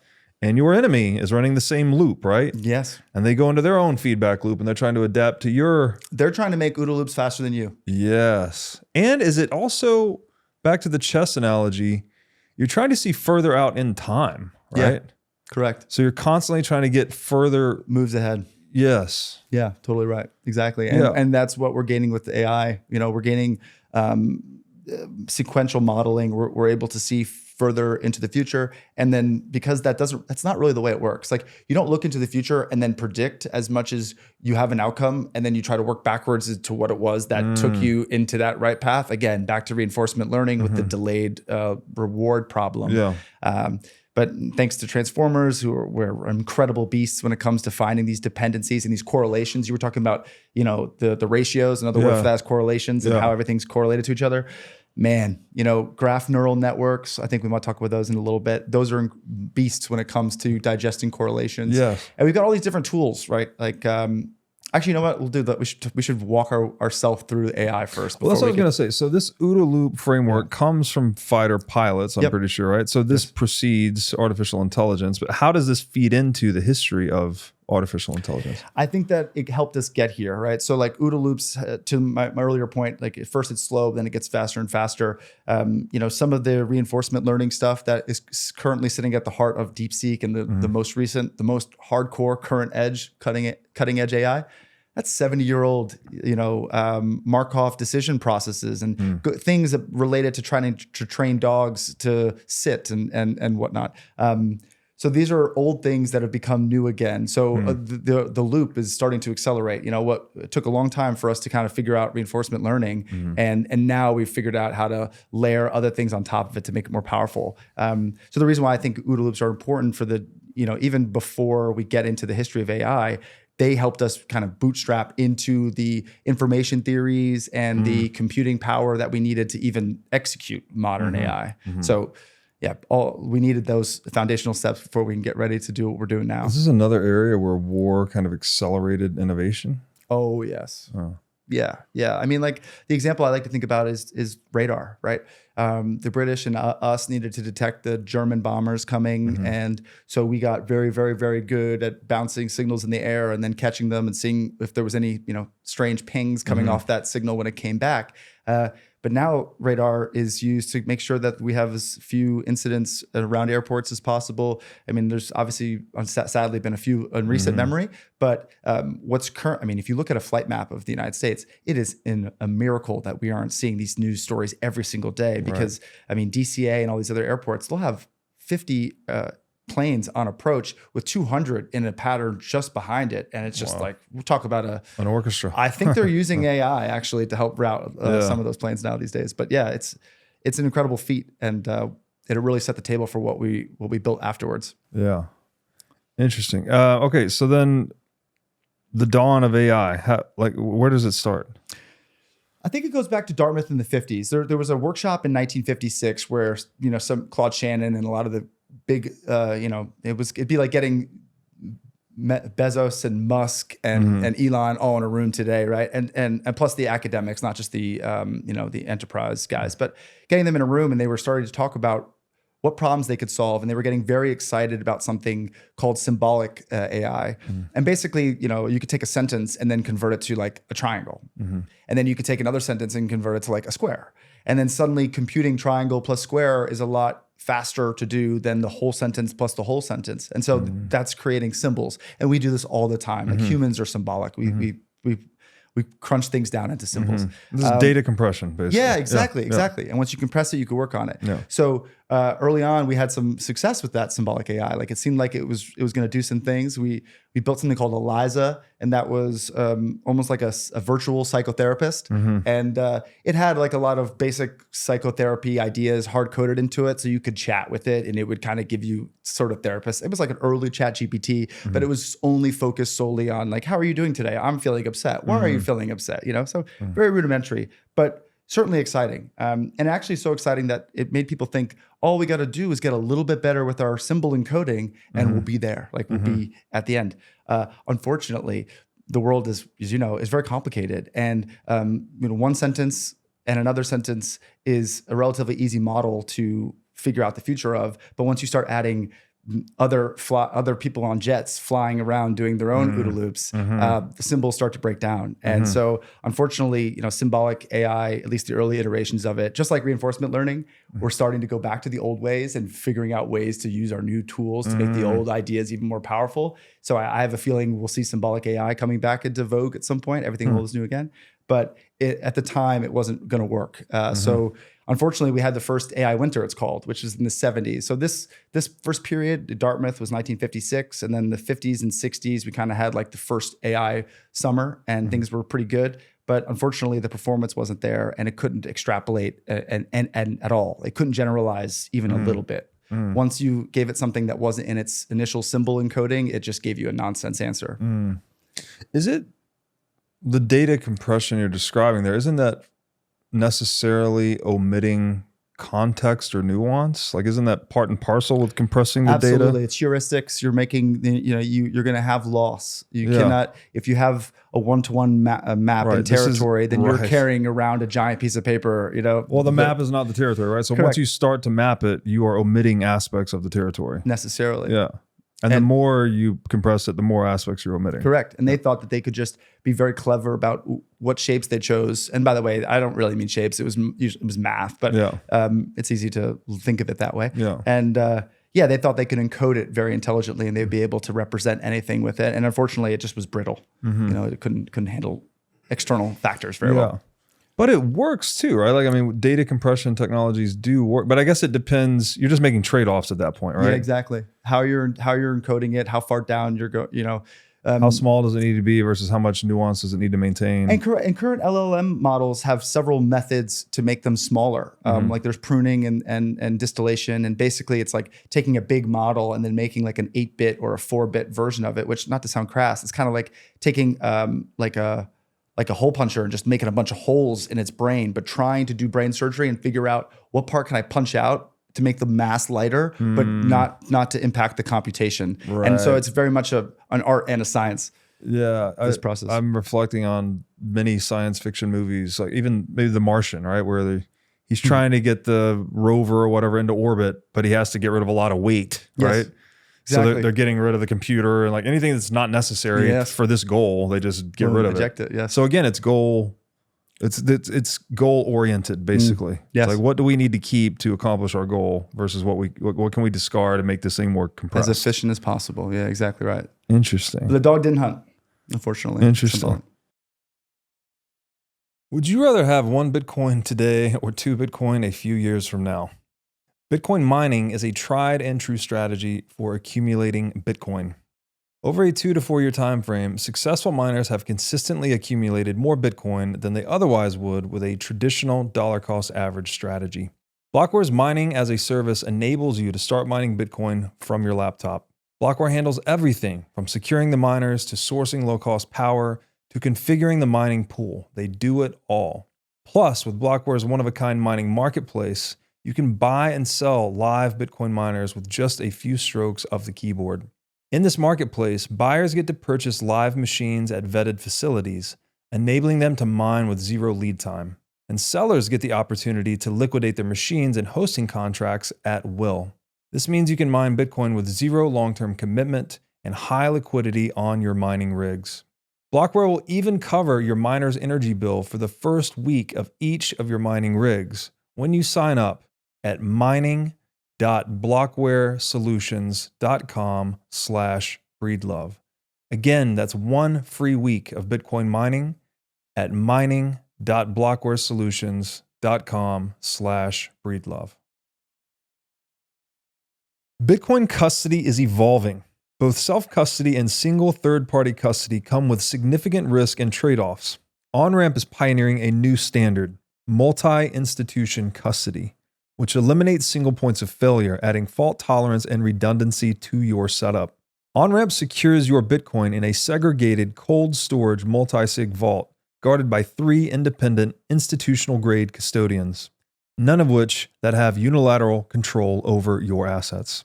More than just security, Onramp simplifies inheritance and estate planning, ensuring your Bitcoin wealth moves seamlessly to your loved ones without the risk and complexities of self-custody.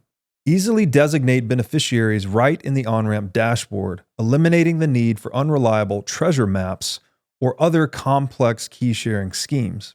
You can also avoid the probate process and ensure your heirs receive their Bitcoin securely with legal title transfers designed to keep your wealth intact for generations. As Bitcoin continues to appreciate, Onramp helps you seamlessly access financial services, from inheritance and insurance to trading, loans, IRAs, and more, all without compromising on security. And importantly, the onboarding process is fast and frictionless. I set up my own Onramp account, and it was far easier than dealing with hardware wallets or traditional self-custody setups. The team walked me through everything step by step, making sure I had a secure, reliant setup for my Bitcoin wealth. Secure your generational wealth with confidence. Schedule a consultation with the Onramp team today at onrampbitcoin.com/breedlove. Again, that's onrampbitcoin.com/breedlove. There's an AI winter that begins in the 70s? Yeah. So then basically, because there was a little bit of, you know how technology works. There's like a hype cycle, and then we go into a trough of disillusionment. So we got into our trough of disillusionment again, because symbolic AI got us excited at first, but then it kind of fell down when it tried to generalize it all. And there was also other problems, right? We didn't have a lot of computing power.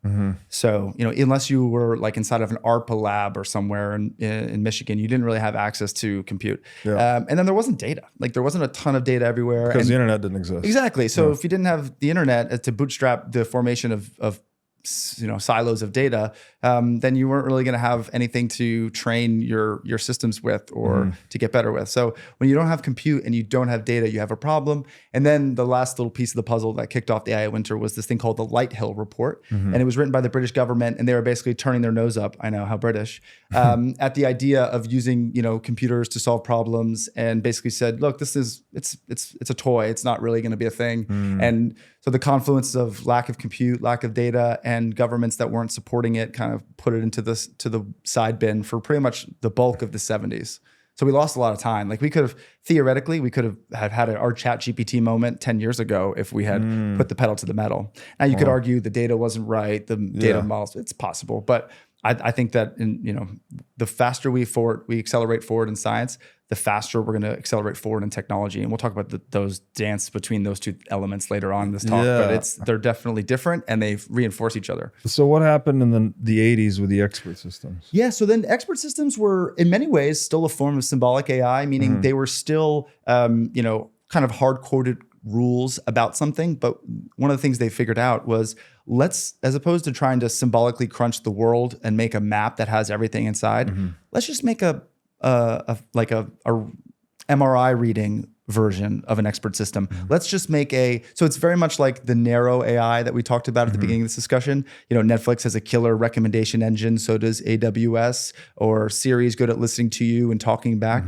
This was the start of an expert who's, as the name implies, an expert at something, not everything. So it was really just an acknowledgement that they couldn't boil the ocean and put everything inside. So they figured they should make discrete versions. So one's good at picking stocks, one's good at finding cancer. Got it. So domain-specific intelligence, basically. Right. Okay.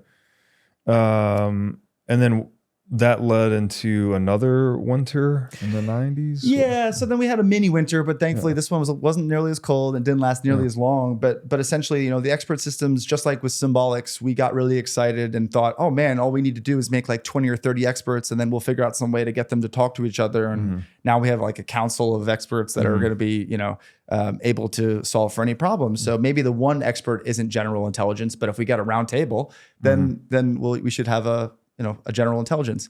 But it didn't work like that. Getting them to communicate with each other is an issue, right? Especially back then. Now we do have agents, and we do have the ability to say, okay, you're really good at X, and you're really good at Y, and you're really good at Z. Now try to work together and see what you can come up with. That's a newer thing called multi-agent reinforcement. So remember the rat in the maze? What if you gave the rat a camera feed so we could watch the other rats run the maze too? And so suddenly you're getting information that's not just from your own experiences, but from someone else's. And my dad used to always say, learning from your mistakes is good, but learning from someone else's is better. Yeah, it's much more cost effective. Yes, for sure. Yes, it's less more cheese that way. Yeah, more cheese, less salience, though, right? Like it seems like those lessons that are learned the hard way through your own experience are the deepest and most serious. Yeah, they're very touching the hot stove, the proverbial hot stove, But that comes with the cost of touching the hot stove. If you could watch a video of someone touching the hot stove, you go, you know what? Their face tells me that was really painful, and I'm not going to do that. Yes. Which again, this is another naval. It's not Air Force in this case; it's naval. But one of these great Navy generals, his name escapes me at the moment, but he said he's one of the greatest naval. I think it was an admiral. Yeah. Of all time. He said the job of the captain is to see the ship through the eyes of the crew. Oh, interesting. Right. So it's again, this information. Yeah. If you go back to the OODA loop, the observe, right? Yes. It's like you only have 2 eyes and 2 ears. Correct. You need to tap into all of these other data. And the boat, even though it's very real, it's an abstraction. It's the decision making of the agents inside the boat that are going to decide what the boat is doing. Right. And the boat is an agent. Right. So how do you synthesize all of the inputs basically inside of that boat? That's what the captain's supposed to do. Right. Synthesize all of the inputs from the and crew. Make a decision. And make a decision. Right. And act upon it. Exactly. That's funny. Yeah, that's interesting. Okay. And then in the 90s through the 2010s, we get the rise of machine learning, which is obviously still a big topic today. Big time. I mean, a lot of what we call AI today really is just machine learning, but with a nice fancy marketing label on top of it. Traditional programming is you write a code, and then that's your program. And then you take inputs, whatever your data set is, and you put it through the program, and then out comes an output. Pretty standard. Machine learning is exactly the opposite. You take the inputs and then you let the program write itself based on the inputs. And then you take subsequent inputs and put it through the derived program that the data wrote, hence machine learning. So it's not me programming the machine, it's the machine programming itself. Now, it's true. You have to pick whatever algorithm, whatever model you're gonna tell it to use. So and the there's goals? still usually the goals are a reward function. So it's trying to either you're feeding it like to my earlier example of like SFT fine tuning. You're giving it the math problems and the math answers, and so you're saying your job is to maximize your score. So that's one route. And basically there's 3 paths to learning. There's supervised learning, which is what I just described. You give it the answer and the test. There's unsupervised learning, which is like unlabeled data. It's just kind of, hey, look at, this is where machine learning started to thrive. Look at all of this data, and then you tell me what's interesting about it. So pattern recognition. Yes, I'm not going to give you the answers to the test. I'm gonna let you figure it out. And then reinforcement learning is, like I said, sending the kid out to ride a bike. Don't give him the answer to the test. Just give him a pencil and a piece of paper and let them take the test. And then tomorrow test them again. And if they do better, great. And if they don't, then give them a little spank on the butt and then send them back. Penalties or rewards, right? So carrots and sticks. Yes. Yeah. Interesting. And which one of those has led into where are we today? Is it deep learning today? Is that what you call it? Yeah. So deep learning is basically anytime. And what's the bridge between machine learning to deep learning? Yeah. So the bridge is layers. Okay. Basically, when you start taking 3 or more, let's say, neural nets are basically nodes that are arranged in an order, and information comes in, and then you'll have like a hidden layer, and then they'll basically try to get to the cheese. Yeah. And long story short, like I said, the program writes itself based on its inputs. When you start having 3 or more layers of these nodes, these neurons, that's when you get into the world of deep learning. Deep is in depth, as in there's just a lot more compute happening.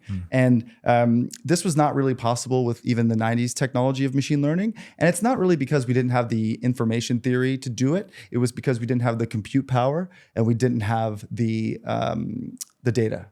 And now we have the compute, and we have the data in spades. And one of the reasons why it's difficult is you have to give it like an activation function. Basically, at the end of the day, it's like an electrical impulse. Remember, ones or zeros is either the gate either opens or it doesn't open. Yes or no. The neurons, they express and they activate. And so when it's trying to get to the cheese, depending on how sensitive your activation function is, it will, if it's too sensitive, it'll okay. Right. And if it's too dampened, nothing will make it trigger. Right. So you need to get it to activate enough that it goes through some loops and learns, but not so much that it learns a whole bunch of things that it didn't need to learn. This is underfitting versus overfitting? Correct. Yeah. Exactly. Yeah. Correct. Yeah. And so what deep learning gave us was the ability to process and basically, remember, I go back to my high dimensional thesis, which is all life is a spreadsheet, and we just keep adding columns because things get more and more complicated. And I, as an analyst, I can look at 10, 15, maybe even 30 columns and see correlations in my head without needing anyone's help. Yeah. But once I have, once you get to the spreadsheet and it's like column 16,000, good luck. Deep learning though, it can sense the relationships between those columns and it tease out, basically it can write a code that I could never hope to write because I just can't put all that information in my head. Wow. So layers. I mean, that sounds a lot like nature in a way too. That nature evolves in these layers. And the basal ganglia, like our lizard brains in the back. Exactly. And then we started adding layers, and then we have a cortex and a neocortex. And I think it was Elon or somebody said that the internet is like a neocortex. Like it's another pocket of we're outside of our head now. Right. We're a little constrained by this real estate, and we've used a lot of it by space. Maybe we haven't used it by efficiency. Like we're going to be able to generate more input out. But now a lot of our compute is happening outside of our heads. Yes. And if you can build like 10 AI agents, and then you've got, how big is your neocortex at that point, right? Right. Yeah, and we've already been outside of our heads in a way, right? With culture, right? Yeah, with books and everything. Yeah, yeah. No, we the book was the first time we externalized, or the tablet, however you want to say it, was the first time we externalized information from us and made a derivative. Yeah, the first one, and then we've been deriving ever since. Well, probably started with art, right? The tracing of the hands in the caves, and that's the first symbolic representation of the active human hand. Yeah, and then we start to extrapolate that mapping principle, right, onto knowledge, and that becomes natural language. And then, the printing press decreases the production cost of books, so you get much wider distribution, dissemination of knowledge. Changes all the institutional realities too, right? Breaks the church's monopoly on knowledge, paves the way for the nation state. Yeah, and Copernicus is difficult to execute when books are around. Right, exactly. Yes. Another way to say that's like you get a much larger market for heresy when you increase literacy and numeracy, right? People can think for themselves. They don't need the centralized institution telling them what to do. And also that Latin. word numeracy, man. Everyone knows the word literacy. How well can you read words and understand what they're saying? But numeracy is almost more important, especially in the world that we live now. And a lot an entrepreneurial world. Unfortunately, we're not very numerically inclined. Like there are some people who are good at it, but I reckon that we're having almost a intentional weakening of our numeracy. We're being flooded with fake data about inflation, about what's happening in the world around us. And so that's, basically impairing our ability to make good decisions, to make good OODA loops, because we're not pulling down good information anymore. So as a society, what happens when we... This is a great point. This is also Mises's argument about economic calculation, right? It's like, he called it the Austrian business cycle theory. You start printing money, you amplify and exacerbate the boom and bust business cycle, but you also distort the ability for economic agents or actors, individuals in this case, or it could be businesses, whatever it is. They're not getting good data, right? They're not getting good inputs, basically. So they can't calculate economically. And that's what... And also, remember, the movement of the other jet pilots is one of the most important data points for you. Yes. So now they are moving incorrectly. And so now you move incorrectly because not only are you fed wrong information by the government, but you're fed wrong information by your counterparts. Right. Self-reinforcing. And that's what culminates in the big busts, right? It gets the booms and the busts. The harmonics get bad, and then eventually you have a total inversion. Right. Catastrophe. Wow. So interesting when you think about it that way, because it goes back to Tesla's brilliant words, right? If you want to understand the secrets of the universe, learn to think in terms of energy, frequency, and vibration, that it really is waves and waves of intersection and dissection and it's a big double slit experiment going on.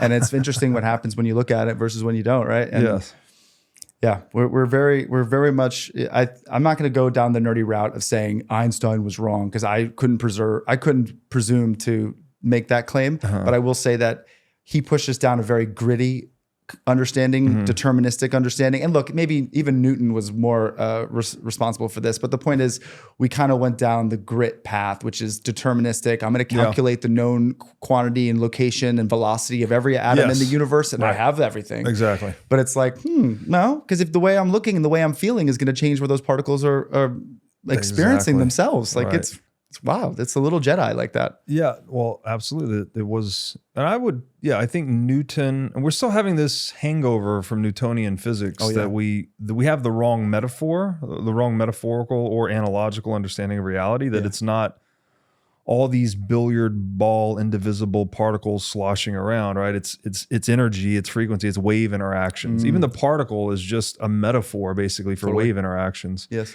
And that seems to be much more causative of our deterministic outlook, right? When you think you hit a billiard ball a certain way, it's like, well, this is why that happened, right? That's the whole analogy of the billiard balls. Yes. But it's much more complicated than that when you get into like Heisenberg's uncertainty principle and the observer's participation and everything. It's like just by looking at it a certain way, it changes what you're observing. And we're still, it's like these things we discover in physics, because E equals MC squared is what, 70, 80 years old at this point?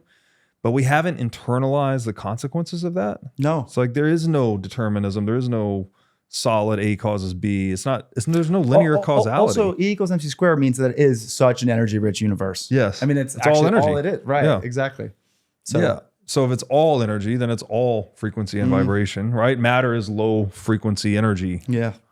And energy is high frequency energy. Correct. It's solidified. It's moving so slow that we can see it, but it is vibrating. I mean, I heard someone say that we are light beings blinking at 22 trillion times per second. Yeah. Which, I mean, wow. Think about how many blinks we've done since we've been on. Yeah, exactly. I mean, it's wild. Yeah. I was, before you got here, I'm not into this. I don't know much about it, but it was X or Twitter rabbit hole. People were talking about, I hope I'm pronouncing this correctly, physiognomy. Oh yeah. Where your looks are a reflection of your inner character, basically. And then I was, again, filtering everything through this energy, frequency, and vibration interpretation recently. I'm like, oh, well, that would stand to reason, actually. If you were habitually having negative thoughts, or, they were showing things like, the one I saw that really landed with me was like a greedy man's nose and mouth. And it showed this like kind of tight pursed lips and kind of downturned mouth with like a big nose. And it was like, this is a guy that typically has something to hide. He's typically into making money and taking advantage of people. And I was like, I've seen millions of those guys in business. I live in New York City. That's basically everything I see. When I walk down the street. Exactly. And then so if you're thinking about energy, frequency, and vibration, it's like, okay, that thought you have or intention, let's say, is a vibration. Yes. And it would stand to reason if you persisted in that intention for 10, 20 years, it would start to manifest in your physical features. Yeah.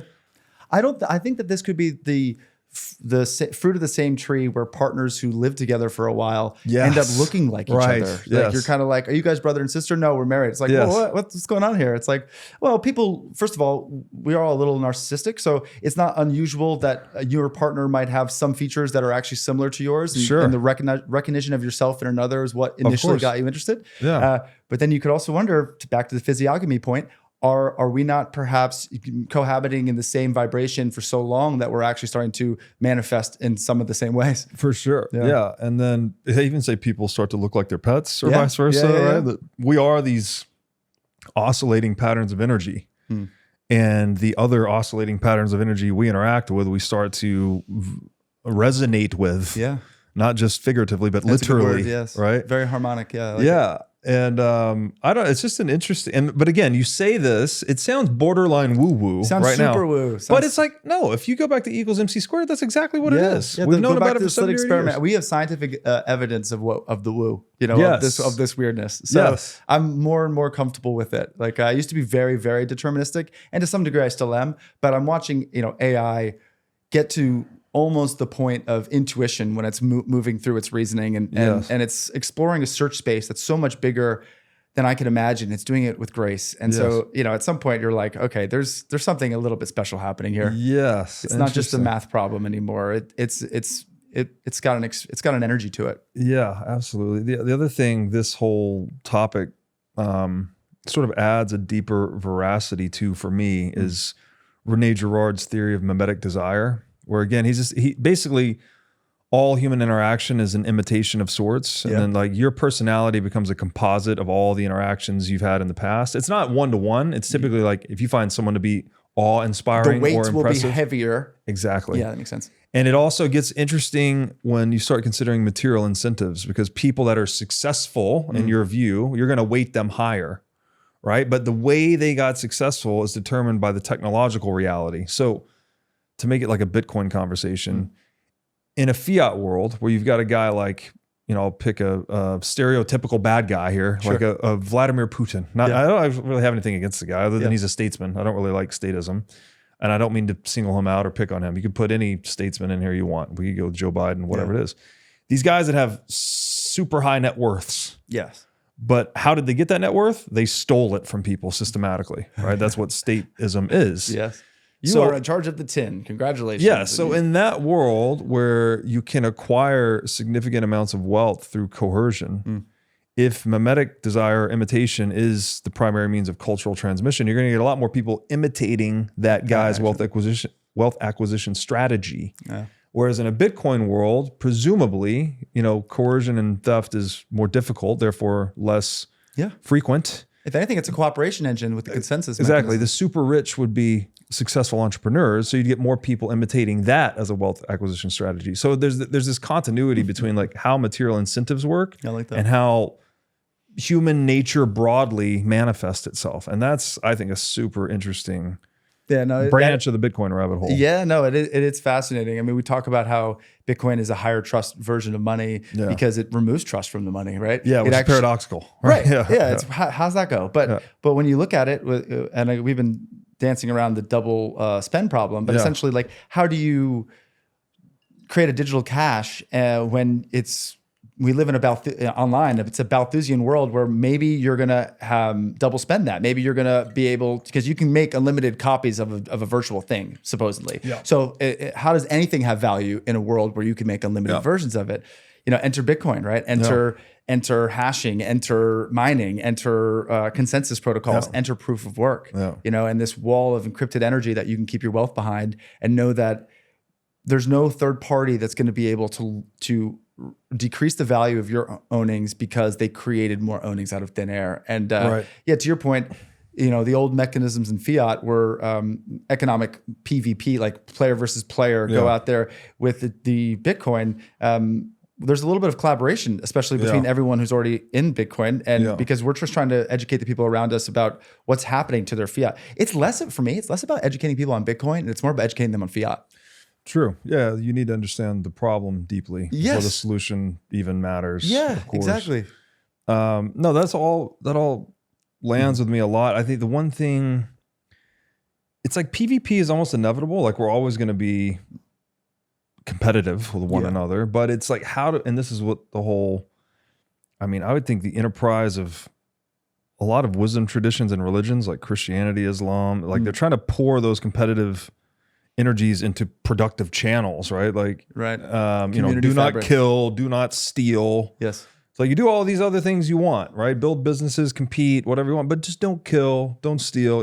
There's other ones obviously, but it's like, how do we transform this impetus for competition we have with one another into productive channels, right? And the more we can stop the killing and the stealing, and we just compete, non-violently within the limiting principle of private property, well, you actually turn that animalistic or this animosity into something that benefits. It's a constructive energy as opposed to a destructive one. Exactly. Yeah. Well, going back to the PvP, it's really PvPvP because there's no, and I don't mean like all of us. I mean like the third player is the government, who's again printing money and distorting the value of information in the economy. Right. So once you get that third player out of the game and it's just back to PvP, yes, we might be competing, but it's all for the benefit of the ecosystem around us, and there's no intermediary in the middle whose job it is to create waste heat that they can parasitically absorb it. Yes. And so even if one of us wins and loses, the entire network is going to be hardened by our total combat. Yes. So the PvP energy persists no matter what, but what we want ideally is this fixed, permanent, level, peaceful playing field, right? Like a level playing field that you're turning those negative externalities into positive externalities. Exactly. Like instead of stealing and killing one another, guys, how about you go and start businesses that compete against each other to satisfy customer wishes better, faster, cheaper? Yeah. That's a really good channeling of animalistic or animosity rather than destroying each other. Yeah, and by the way, it's really difficult to have a global security state on the Bitcoin standard. Of course, yes. So to your point, it's a lot of our energy will be constrained into channels where it will be a net creator of future energy, not something that's going to pull energy out of the ecosystem and put it someplace where it shouldn't be, like death. That's right. That's the really big idea of Bitcoin, I think, is that it makes the coercion so unprofitable that it just really pushes it to the edges completely. And we just become, again, how I always say, there's only two ways to acquire wealth, right?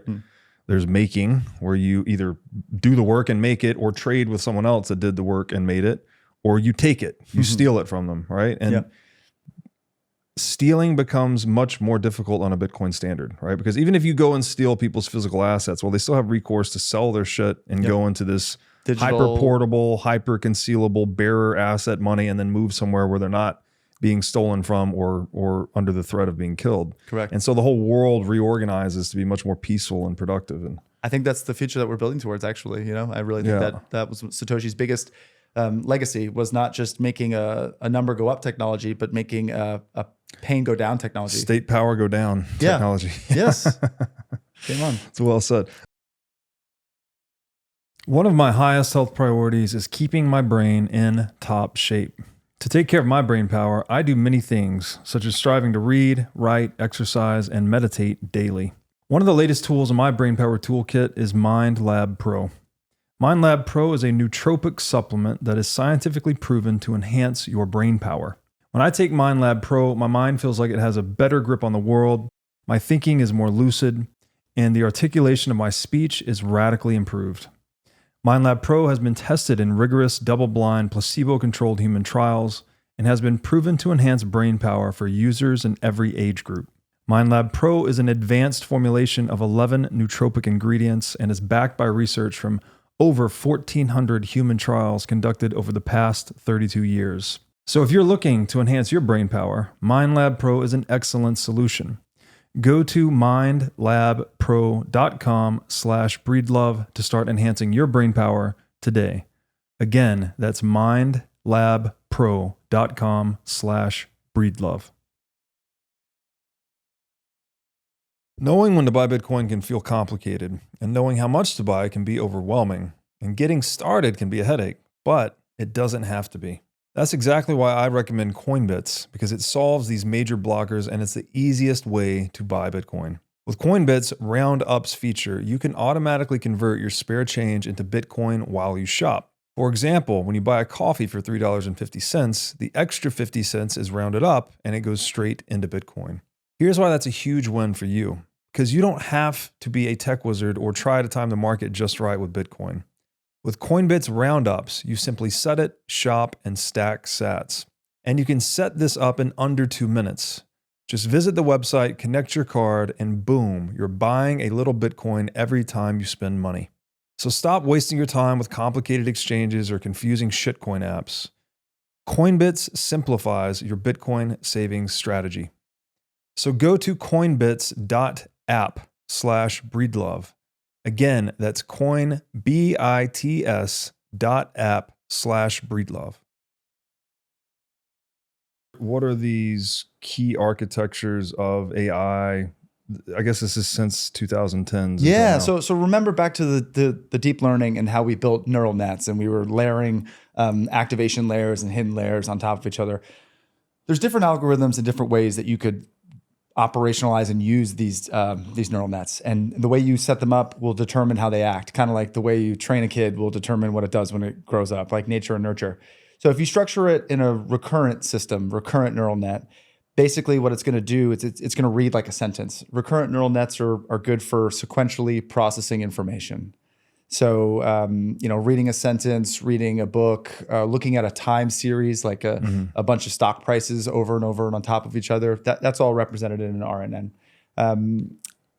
It's good for processing information, but it's not very visual because we read linearly, but we process images in parallel. Yeah. So that's when you need to bring convolutional neural nets in, CNNs.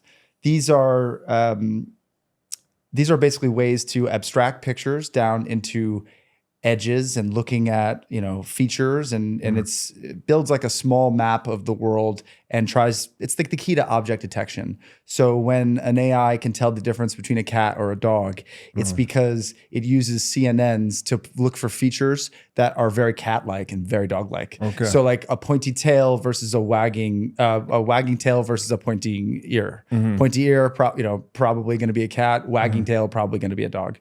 So CNNs are very good at visually organizing the world and understanding it. And then the last of the big three are GNNs, or graph neural networks. Basically, a graph is just any series of nodes or entities, and then the relationships between them. So we were talking about planes and flying, and where am I, and where is the plane, and where's the horizon, where's that mountain that I'm trying not to smash into at the same time. So the graph is a series of triangles and representations. What those are good for is understanding the relationships between things, the dependencies, the correlations. But you can't really determine what a picture is using a graph neural net. You can't really read a sentence with a CNN, and you can't really, you need each one of these. It's like going golfing. You kind of want to have all those clubs in your bag so that you can get it up and down. Are these different levels of analysis? Because I'm not sure. It seems like the relationships might be the biggest zoom out, and then maybe the images are a little bit closer. I've never thought of it like that, but yes, you're right. The graph neural net has the widest aspect ratio. Okay. And then to your point, the convolutional is a little bit more zoomed in, but not so zoomed in that we're reading one word at a time. Yeah. You're right. It's kind of looking at imagistic, right? Yeah, exactly. Yeah. And then the recurrent is just processing. Yeah. Okay. Yeah, it reminds me of this thing I heard. I think it was Jordan Peterson I heard talking about this at one point. He was saying, like, when it comes to knowledge, the artists get there first. They kind of represent things. They draw them, right? So it's like you're imagistically representing them. Yeah. Then the poets start to interpret it a little bit. It's like you're using really words, but not really. It's more like what's between the words is kind of where the meaning really lies in poetry. And then it becomes more and more rigorous, I guess you would say, to the point where we have like scientific literature or math, where it's like very specific terminology. Yeah. Yes. That's a great way of looking at it. Yeah, it kind of goes from the unknown to the known in this sequential path. Yeah, that's why I like talking to people who are learning something for the first time, because it's like why Buddha talked about looking at the world through a child's eyes. Yeah. Because you're able to make connections that quote unquote experts aren't necessarily able to make. So that's nice to be able to do that. No, I've never thought of it like that, but you're right. It's basically you're on the ground and you're a recurring neural net, and then you get up in the helicopter, and then it's a CNN, and then finally when you get up to space, you can see the relationships between all the entities. Fascinating. Yeah, that's cool. Okay, and then there's an analogy for these, or I always have an analogy. Okay, So to your point, you could look at them on a spectrum. And what I would say is that if you're reading a storybook, the text of the story is the domain of a recurrent neural net. It's going to read the story and try to predict where the plot's going to take you. CNN's like looking at the pictures. Now you can flip through a children's picture book and not read a single word and still kind of understand how the arc of the story is moving if it's well illustrated. Yes.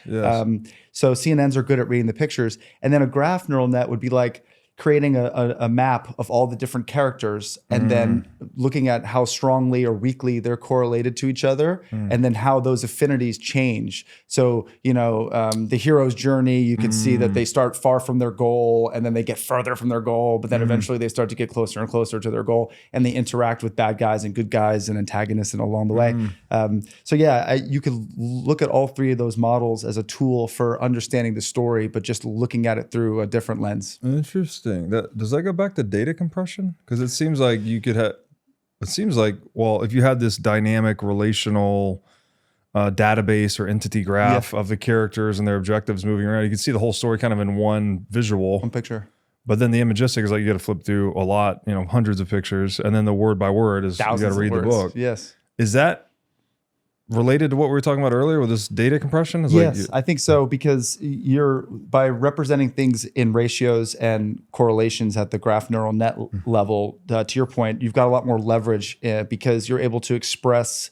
Leverage and compression are opposite sides of the same token. So we're saying the same thing, but like you've got a lot more leverage because you're able to your point, look at the entire arc of the story on a single piece of paper, as opposed to needing to go through 500 pages to get to the end of it. Right. So yeah, I agree. There's definitely more cognitive leverage at the graph neural net level than there's at RNNs. But there's nuance being lost. Exactly. Right, yeah. Because you'll show the separation between like the hero and their goal, but it won't say what it was that took them further from the goal. Like, so good luck passing a reading comprehension test because you read the graph, right? You're going to have to, at some point, you're probably going to have to read the RNN. Right. That makes sense. Okay. That's interesting. And then how does context influence so context is more related to the RNNs? Yeah, basically the way that the weightings are going to change and those, and how you get further from the end of the story and then closer. That's all driven by the agents inside of the story and what it is that they're doing. So contextually speaking, you need to be able to map that so you can understand the changes in those correlations throughout the story. So the word context again is very. Been writing an essay that's becoming a book now, and the word context is one of those. There's a few words that are very difficult to define, and context is one of them. But context is also a very major component of describing the technical features of artificial intelligence. What can you just unpack some of that? Like, what is context as it pertains to AI? That's a good question. I think it's getting enough information inside of your processing radius that you're able to gain a useful understanding of the universe or the environment that you're trying to navigate. So, if you try to do something without context, then you haven't put enough information in your model to accurately see the universe and navigate it properly. Being out of context sucks. But when you gather more information, ask follow-up questions, read a couple extra pages, you gain information, and then finally you see enough of the picture that the map actually becomes a useful way to navigate the territory. Without context, it's like the ripped part of the map is the one part you're trying to get to, and Okay. So there's a horizon of context, basically. Yeah, but it's, well, I guess again, dependent on your purposes, right? If your aim is within a small horizon of context, you don't need a lot of context to accomplish that aim. But if it's a much broader, if the aim is much further afield, you need more context. Correct. Yeah, if you want to navigate a big world model, you're going to need a really, really, really great map. Got it. Yeah, fascinating. Okay, let's talk about, because you mentioned this earlier, that decentralized artificial intelligence obviously is much preferable to centralized. Seems to be kind of a truth about everything. The decentralized option is always preferable. Yeah, I see that. How do you compare and contrast centralized versus decentralized AI? I think as much as I'm a decentralized fanboy, I want to give respect to centralized, because I don't think we could have gotten to this place where we would be able to decentralize AI unless we had first taken advantage of economies of scale. Yeah. So definitely they're not the bad guys. And I think that there's some computational resources that the centralized folks like Google and OpenAI and Microsoft and all, they're going to have that. Doesn't matter almost how powerful your home computer gets. We're probably still going to have both a centralized AI world and a decentralized AI world. But what will, I think, happen is we'll talk locally with our decentralized AI, and then we will put together a list of queries that we want to go send to the super centralized AI, and then we'll put out for lunch and then have it delivered to us. And maybe even the decentralized AI that you have will digest that big fancy answer that you got and give it to you in little bits so that you're able to chew through it. So it's not like one big meal. Gotcha. So I don't think they're necessarily competitors with one another, and I see a world where they actually play very nicely with each other. Okay, what are benefits versus risk with each? You could take advantage of the economies of scale with centralized AI. So theoretically, you're going to get a more powerful response from a centralized AI than you could from your decentralized AI. But your data is living now inside that centralized AI. So, I use ChatGPT, and all of my I pay for an extra version of it that supposedly is not having that information fed back into the model for future training. But essentially, I'm giving all my information to them, and I'm giving not just my information, but I'm giving like what I'm interested in. Like I always talk about the advantage that Google used to have. And by that, I mean, for 30 years, Google got to watch how the world intercepted new information and then internalized it. What's the first thing people would do when they heard something? They Google it. So Google had a real-time view about who was learning what when, and they could see the learning path. So what 3 things did you learn before you tried to go learn that 4th thing? So I think that was a huge advantage that they've had.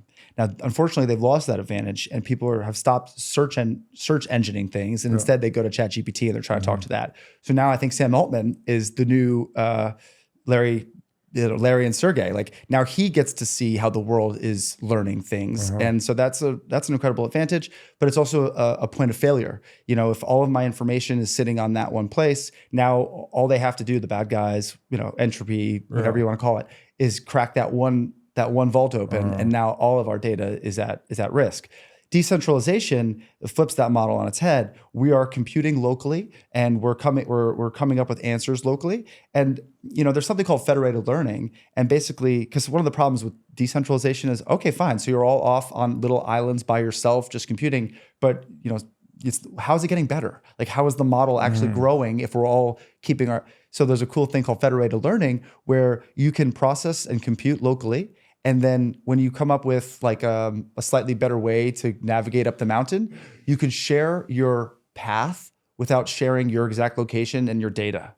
So that's what the federation is essentially. It's I'll keep my data, but I'll share my embeddings back with the network. And then all of the decentralized AIs now benefit from my little contribution and all of their contributions. And so theoretically, that's the way for decentralized AI to keep up with the R&D money that all the big centralized AI agencies have, because obviously they've got a lot of ZIRP money and zero interest rate policy money flowing through them. So how can you compete? Well, you just like how the blockchain is a distributed computer, you make a distributed computer of local AIs. So that's a big part of federated AI. But you need more than just federated AI, you need blockchain, right? Because you need to know the provenance of the information that came into that network. Right. What if a bad actor starts to squirt wrong embeddings? What if the centralized AI guys get really worried that the decentralized AI guys are eating their lunch, and so they activate a bunch of decentralized AIs and then pass bad embeddings into the network? With blockchain, we could say, hey, you know what? Our weights keep getting thrown off, and it's like these 13% of the nodes that seem to be inserting a lot of noise. Why don't we de-weight them so that their contributions don't do anything to our score? So yeah, you need those two tools. You need federated, and then you need blockchain. And I think now we do have those things. And so I think that's part of the reason why decentralized AI is starting to grow, because we have the technology for it. Is that like sharing metadata versus the actual data? Perfect. Yeah. So the embeddings are like metadata? Exactly right. Okay. Embeddings are what, your location is private, your condition is private, but the way that you figured out how to get up the mountain, that gets published without any of your personally identifying information being inside of that. So no one's going to come find you on the map. Right. So the aggregate can still learn while preserving some degree of privacy and anonymity. I mean, is there any compromise on privacy there? I mean, I assume there's some, right? It's like once you know that, well, some nodes or agents took these paths, they have given up some degree of privacy. Yeah, I mean, they're contributing it willingly because they want the entire network to get better at finding ways up the mountain. Exactly. So they want the GPS to take them up better next time. And so they're totally cool with sharing it with TomTom or Garmin or wherever the case may be. Got it. Okay. That makes sense. Okay. You have this little chart here about the transformation of everything. And this is also comparing centralized versus decentralized AI across several dimensions. Yeah. Control, data privacy, transparency, security, innovation, accessibility. Do you want to talk about that? Yeah, absolutely. So we already hit on some of the components of privacy, but I think security is another really important one. There's something called homomorphic encryption. And basically, when you encrypt something, you lock it up in a safe.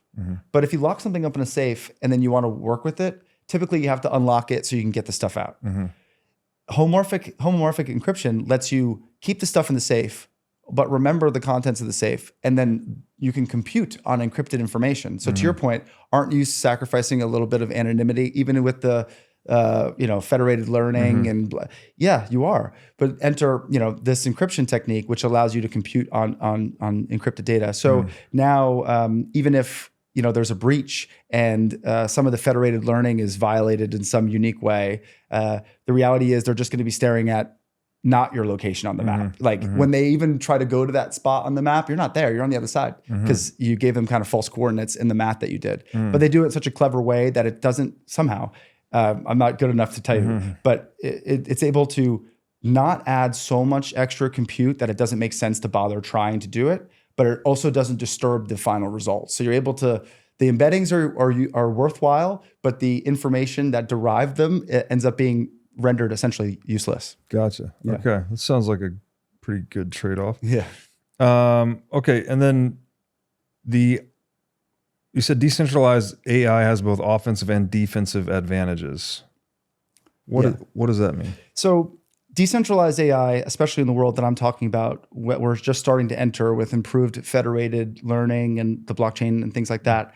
They have offensive capabilities where we can, because of OODA loops, we can, over the course of a weekend, me and 3 of my buddies can quickly take a model and upgrade it to the next level. Meanwhile, OpenAI, they also have super nerds, no doubt about it, but they also have a company. And so the bigger the boat is, the slower it turns. And so centralized are always going to be, it's like the hackers versus the people being hacked. Like there's always an asymmetric advantage to the offensive force because we get to see everything you've done, and then we get to make we get to make our first move into where we think is the weakest point of the armor. And again, I'm not trying to make this sound like it's antagonistic between decentralized and centralized, but we are competing for. That's the advantage. We are competing for leverage, right? And this is what Deepseek exploited in a way.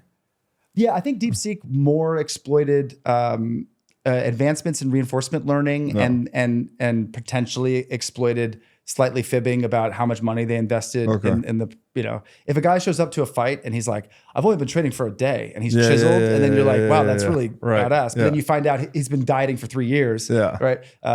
So who knows what their diet really has been, but their performance is undeniable. So you don't expect another, like a Deepseek 2.0 to come along that's 1,000x cheaper than Deepseek and dethrone it the same way? Like, you think it's more of the... I could see that, actually. I think that, back to the staircase of intelligence where we're climbing, but then the steps are getting shorter because our legs are getting longer, however you want to think about it.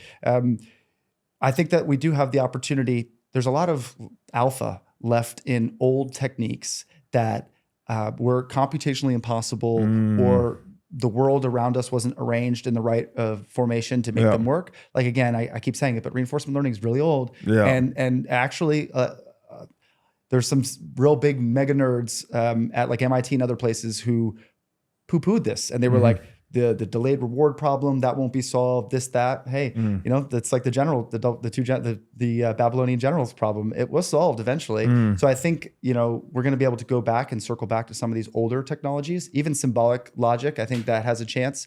For instance, one of the problems with symbolic logic is, well, you have to encode everything, or else the entire map doesn't work. Right.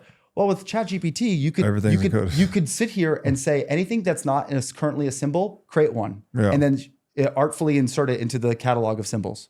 Wow. So so there's a lot of alpha left in the old ways, and then we talked about how agents are now books that are talking to each other. Yeah. Well, how long before some of these models start coming up with their own more clever ways to climb up the mountain? Yeah. Now that's a fascinating perspective, because so we try a certain methodology at some point in a certain technological paradigm and it doesn't work. Yes. And we just say, all right, well, that didn't work, and we dispense with it. And then things continue to progress. But at some point, we might reach a point, we often reach points where that previously dispensed methodology all of a sudden works again. Yeah. But so the art of all this is like determining when that is, right? And for instance, metal, quite heavy. Yet we eventually figured out that if we could displace more water by weight than the weight of the metal, then metal ships can float. Right. And we still hold ships. Yes. Yeah.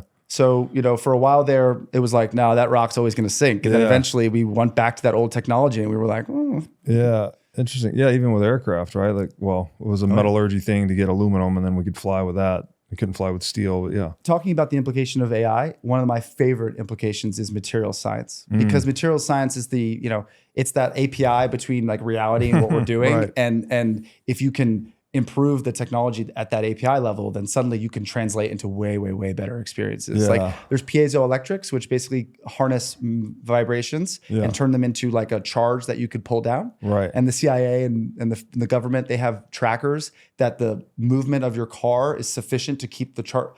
If you put a bug on a car and then the guy drives around for 6 months, the thing dies, and then he goes and does something nefarious. Well, what if the movement of the car is sufficient to keep the tracker charged? And we've had that for like 15 years. So eventually we're going to use neuromorphic computing, which means like brain-like, and we're going to get our efficiency so high that will require so little charge to do the math. Like, remember the activation functions with the ones and the zeros? Eventually we'll get it so sensitive that even piezoelectrics will be able to power these large language models. Wow. So the data-rich environment that AIs are already training off of or feeding off of is only going to become exponentially larger. And AI, I made this point earlier when I said, if it's not in the symbolic logic map, then it's useless. Well, then you could just ask AI, okay, if you don't see it in the map, please add it, right? Wow. Right. So the big one, there's many holy grails, but one of them is we got a lot of data, but it's very dirty. As a data engineer, you spend most of your time cleaning your data before you could even get to the fun part, which is trying to build a model and seeing if it's more useful than the last guy's model. AI can label data. So it could put, remember how I said supervised fine tuning is both the math test and the math answers? Well, now AI can just create the math answers from any pile of math problems. So suddenly our ability to SFT has just gone through the roof. So we're labeling data at rates now that we've never labeled data. Like, I think we've hit a escape velocity. Essentially, if you go faster than gravity, you can get out into the atmosphere. I think that we're starting to create more data than we could almost ever really use. Like, we're just, yes. But AI is starting to change gravity. the gravitational constant. Crazy, I know. But essentially, like, we were going the data was going too fast, but now gravity is increasing because AI is getting so smart. So we could black hole it which is a singularity. I wouldn't mind doing it because in that world, we're just getting so much smarter, so much faster that textbooks are being rewritten on an hourly basis. Never mind like, oh, I've got last year's textbook. It's not going to work. It's like, no, I've got last minute's textbook. I need to update it. Wow. Yeah, it's funny that I was thinking about this the other day, how fundamental change, it's right there in the word, right? When we have really fundamental change is because we reevaluate something fundamental, right? It's like, oh, we always thought time was this thing, right? Like time was this constant, basically in Newtonian physics. And then all of a sudden it's this flexible relative thing in relativity. And so you're reevaluating like the primary fundamental underlying inputs thesis, or assumptions, axioms, whatever it may be. And so that's fascinating. I guess maybe try to bring this back down to earth for people. Yes. You've got some sector spotlights here. Cool. Healthcare, finance, like how is AI impacting healthcare? Yeah, let's translate it, right? So I opened up with that anecdote about a friend of mine who, like I said, had something discovered about her that would have not been discoverable with traditional medicine. Yeah. The correlations between the thousands of columns in her genome and external factors. And then she also had an immuno-derived, her own body material was taken, and then they used AI to make a medicine out of it, essentially. That is a perfect example, right? That's called personalized medicine. And that is absolutely blowing up. I mean, it's probably one of the next big things in technology. Never mind taking vitamin C, you should take Robert Breedlove's vitamin C. Right. Yeah. Perfectly optimized for you, just how you take it down. Curated to bio-individuality. Yes. Yeah. And maybe even to the point where, let's be honest, we're all Thesean ships. We're constantly changing. So you need to probably go back and get your vitamin C tweaked every 6 months to a year, right? Like, interesting. And then just like how you have subscriptions, it'll just come to your door. You go to the bathroom and it reads your excrement, and then it slightly tweaks it, and then your new medicine comes next month, and it's tailored to your current situation because your stress levels change, your home life changes, diet, right? Yeah. Everything around you is changing. The other pilots doing their goofy OODA loops. Yeah, right. So we're going to be able to read this information, react to it in a way with AI that's so much faster that it's going to do incredible things for health outcomes. But again, personalized medicine's the second half. It's fixing the problem. Diagnostics is where machine learning really got its start. Looking at brain scans, looking at MRI images, fMRIs. I mean, by the way, how exciting is that? Like, all sensors are getting increasing in resolution. Yeah. So we're getting finer and finer data, but then we're also getting better ability to compute what the correlations between the data are. So it's like there are so many curves that I think and I feel that we are on the knee of. Like we're at the kind of the exponential. Yes. Yeah. And so it's we talked about this at the beginning. We suck at looking around those exponential curves. Yeah. So I can't necessarily tell you what it's going to mean, for the healthcare industry. Because I mean, one of my challenges has been with value creation. Like for instance, companies like back in the day when you were trying to compete with Carnegie, good luck like popping up a steel factory next to his, right? Like he's got so many hands and fingers and pies and chart. He can hear, when you start to form the capital, he's gonna come at you and take you down. Now, two kids in a basement in New Jersey could kick up in the new genomic medicine that could make Pfizer invalid. Right. And distribute it via the internet overnight. Immediately write a white paper that gets the world on fire, and then market caps just dissolve overnight. Yeah. And indeed, I think that's what the market thought what was happening with Deepseek a couple of weeks ago. It really thought, oh man, all this equity that's been built in, how are we ever going to get the trillions out of AI that we've invested? And I mean, I think we're slowly processing that, the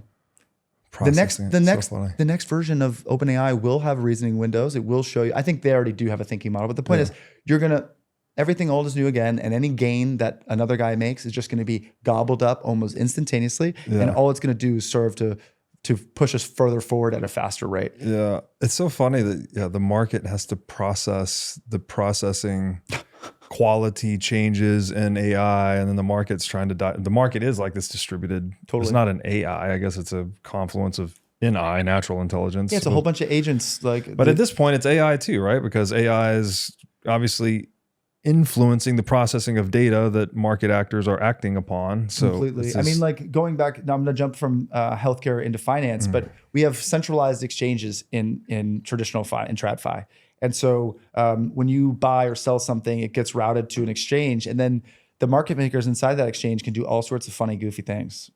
They could have an opinion on the trade, and maybe they want to get out, and they've got a friend, and they'll take your buy order and link it to their sell order, and so they can market make, but they can kind of help each other out, and maybe they're not always in your best interest. Yeah. When in DeFi, you have something called a DEX, or a decentralized exchange, and now the rules for who's going to get routed, which shares when you click buy or sell, when you click swap, those are all algorithmic, and so it's not going to be, it's much higher trust because the humans are taken out of the situation, right? And when you have more trust, more of the level playing field, yes, yeah. And when you have that, then now your information is being discounted properly, yes. Because even if you have the right information, you could push it into a centralized exchange, and then that third party screws with your execution such that the value of your information went to zero. But in a decentralized DEX, then it's really just may the man or woman with the best information win. Yeah, and that's what you want in markets, ultimately. Yeah. Yeah, it's constantly, that's one good framing for what markets are doing is you're incentivizing every market participant to constantly act upon any information asymmetry they may have, right, to profit themselves. But in acting upon that information asymmetry, you make it symmetrical. They regulate the market. Yes. Yeah, so you're constantly resolving these informational discrepancies. Yes. And rewarding that activity. That's super exciting. On the healthcare example, I mean, I feel like that is going to be, that probably will be the next major movement in medical science, right? Is because one thing I've learned just on my own health journey and like figuring a bunch of stuff out over the past 9 years, bio-individuality is so real, right? There is no one size fits all in anything, right? No. In terms of diet, training, sleep, sunlight, you literally have to become your own doctor and figure it out through trial and error because well, as we said earlier, right? Each one of us is our own unique frequency pattern, and you've got your own idiosyncrasies and whatnot to figure out how you relate to food and everything else in this world. That sounds like incredibly promising to have AI augment that search process. But this gets back to the centralized versus decentralized AI thing for me. I feel like that could also be incredibly dangerous if that were all centralized, right? If someone had all of that data on each individual's health pattern, bio-individuality, whatever, then they can start to, I mean, obviously you can use it to create medicines that are very effective, but you can also create bioweapons that are super effective towards individuals. So like, is this another aspect of that like major benefit of decentralized versus centralized? Absolutely. Going back to that old example when we were kind of abstractly talking about trying to get up the mountain, let's like realize that a little less abstractly and try to get into the definitive world.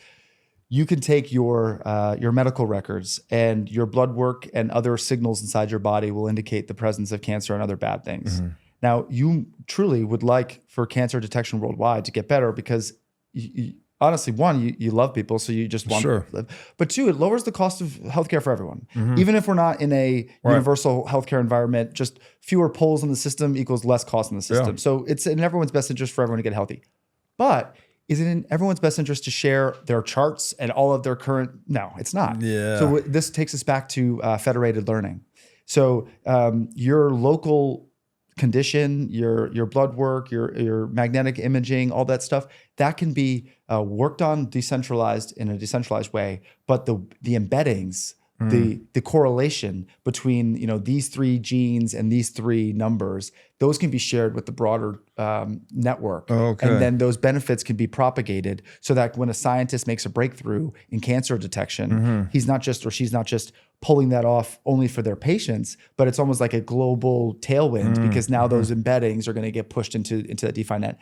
Our centralized healthcare, not the way. Like you got to go to Cleveland, you got to go to Mayo Clinic or Cleveland Clinic or Johns Hopkins or one of these places to get the best healthcare in the world, because that's where the central, not just the database and their databases, but the actual physicians, they're essentially agents with their own databases in their own heads. And so those are very centralized. But if we could federate this and push out their learnings from the Mayo Clinic and other places into India, into China, into other places of the world, suddenly you've got an incredible healthcare tailwind with a lot less risk than the centralized, one throat to choke with all healthcare records inside of it. That's a great way to bring it down to earth. And again, the OODA loop, right? The observe, orient, decide, act. The orient phase we're saying is this establishing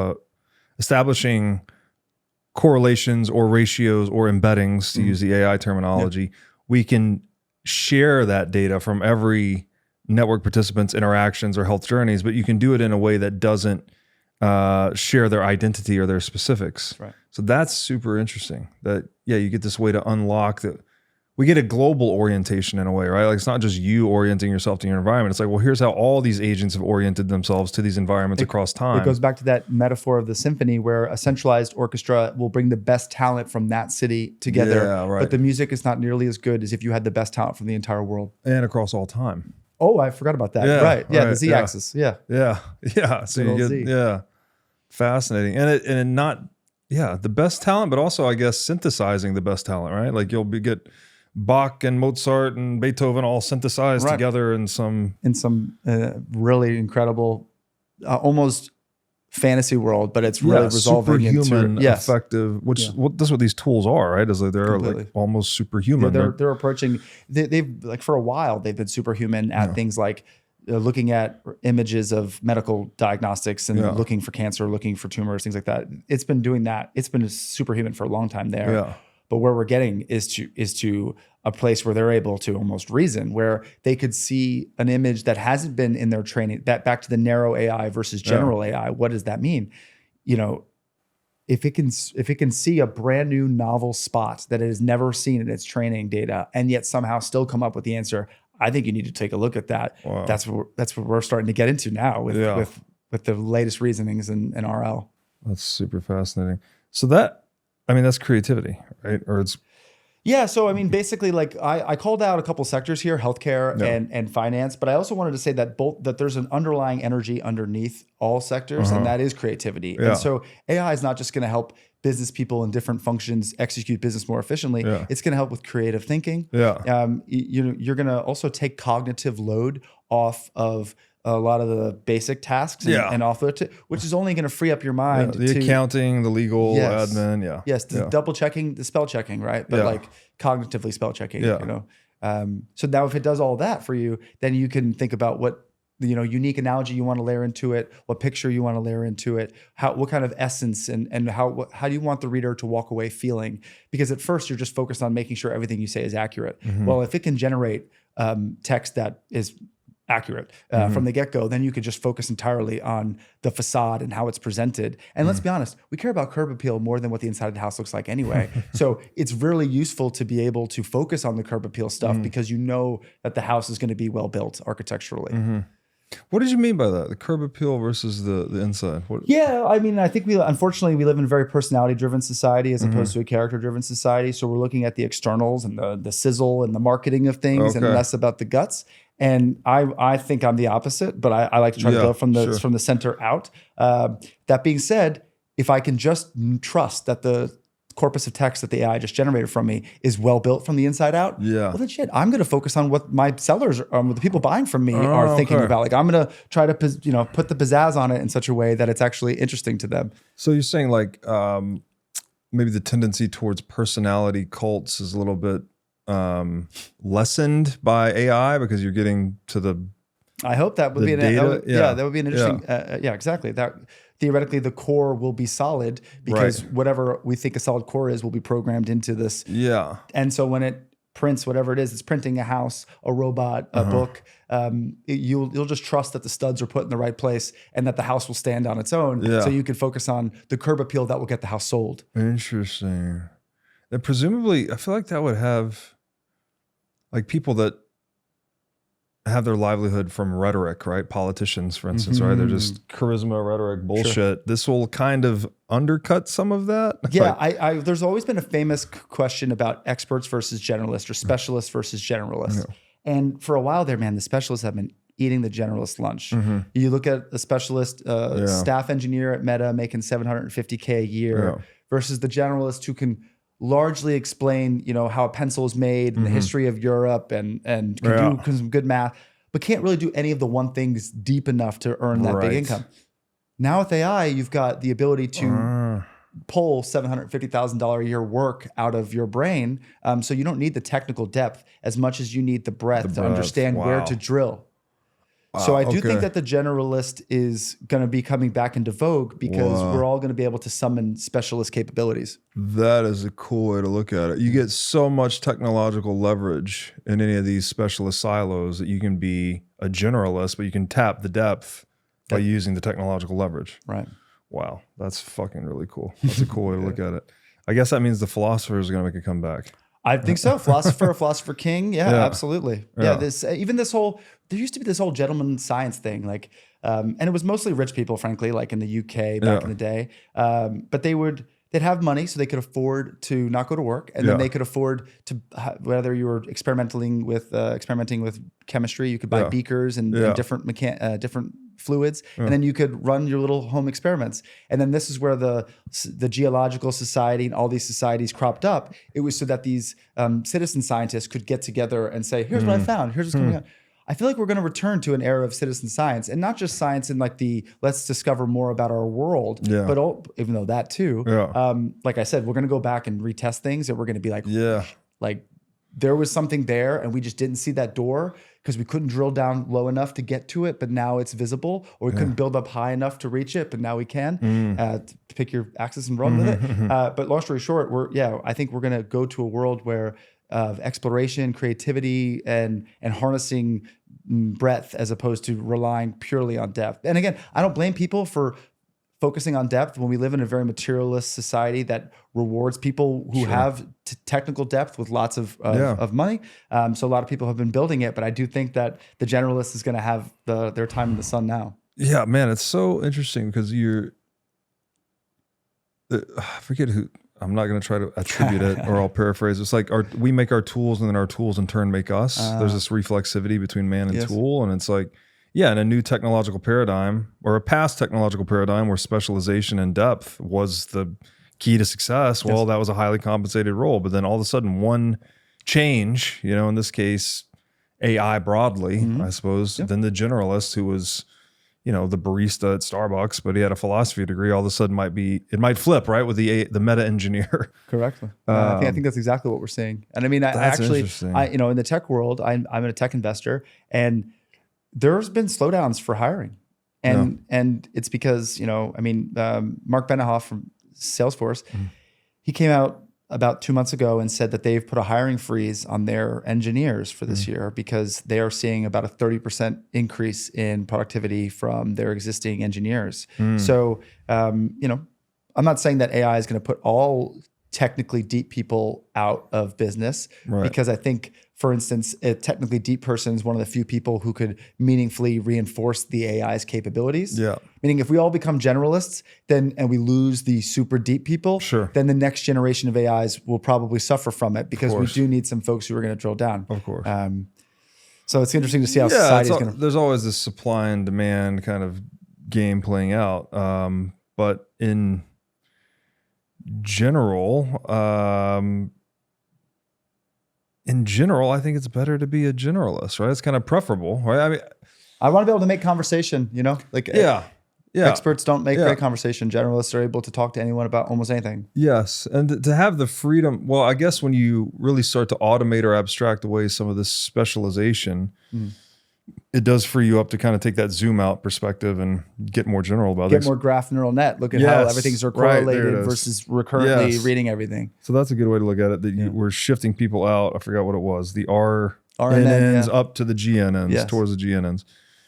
That's fascinating. Okay, got this. You've talked about Kurzweil and the accelerating dance between science and technology. Yeah, so you actually just said it. Perfect timing. You talked about how man makes tools and then tools make man.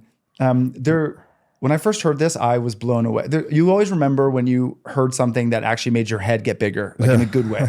And so Ray Kurzweil he invented optical character recognition, which is basically reading text. A lot of the AI, right? OG, this guy. I think he was at Google. He's like the chief dream officer or something. Like he's so smart at this point. His job is to just sit there all day and just be a technically deep generalist who knows. Anyway. So, and by the way, how important was he? He digested the written word and put it into digital word. So we couldn't even do the AI thing unless a lot of the text that was in book format got into the internet. Well, OCR is how we scan PDFs and turn them into TXTs. So like hugely important. So this guy like knows what he's talking about. Yeah. Anyway, here's the thing he said. He said, science and technology are distinct and they're separate. Science is the discovery and the process of falsifying things and coming up with new ideas. And then technology are tools, implements that we use to, among other things, increase our scientific leverage. And so the example that he gave loosely is we're going to, we use science to build a better tool, like a microscope with a higher level of magnification. And then we observe our world in higher fidelity with this new tool, which then gives us a better understanding of reality, which then leads us to a better microscope. And so this is a well-known concept. And I don't remember when he first said it, but I remember being blown away when he did. It's like reflexivity. Right? Yeah, it's a feedback loop. Now, enter AI. We have a third dance partner. And that is a bridge, engineering, I think of it. Engineering is a bridge between science and technology. It's almost like, how do we pull down the learnings from science and actually turn it into technology, engineering? And so AI is everywhere in engineering, and it's accelerating, knowledge acquisition, knowledge transfer, finding new ways to take advantage of old knowledge, all sorts of things. So if it's a dance between science and technology, AI is making the music pace go boop, boop, boop, boop, boop, boop, boop, boop, faster, and somehow making the dancers more coordinated. So at some point you would think it would go so fast that it would become noise and they would all fall down, or their feet would melt because of friction. No, it's come up with like a 0G thing so that their feet aren't actually touching the ground, and it's improving their nervous system so they could process information fast enough to meaningfully dance. Because going back to my textbook example, if the textbook is changing every day, it's almost too much of a change for you to actually build on top of. Well, AI is that tool that's going to help you differentially diagnose the difference between yesterday's textbook and today's textbook, because you don't really need to read the whole thing again. You just need to read the learnings. So AI is helping us read the learnings, and this is one of the big things that AI is doing with RL. Like back to that entire concept of reinforcement learning, we have this delayed reward problem where there's a killer chess move you made that will let you win the game, but unfortunately the win was too far away. So we use these things called states, and we try to remember the state of the board, and remembering old states is really hard.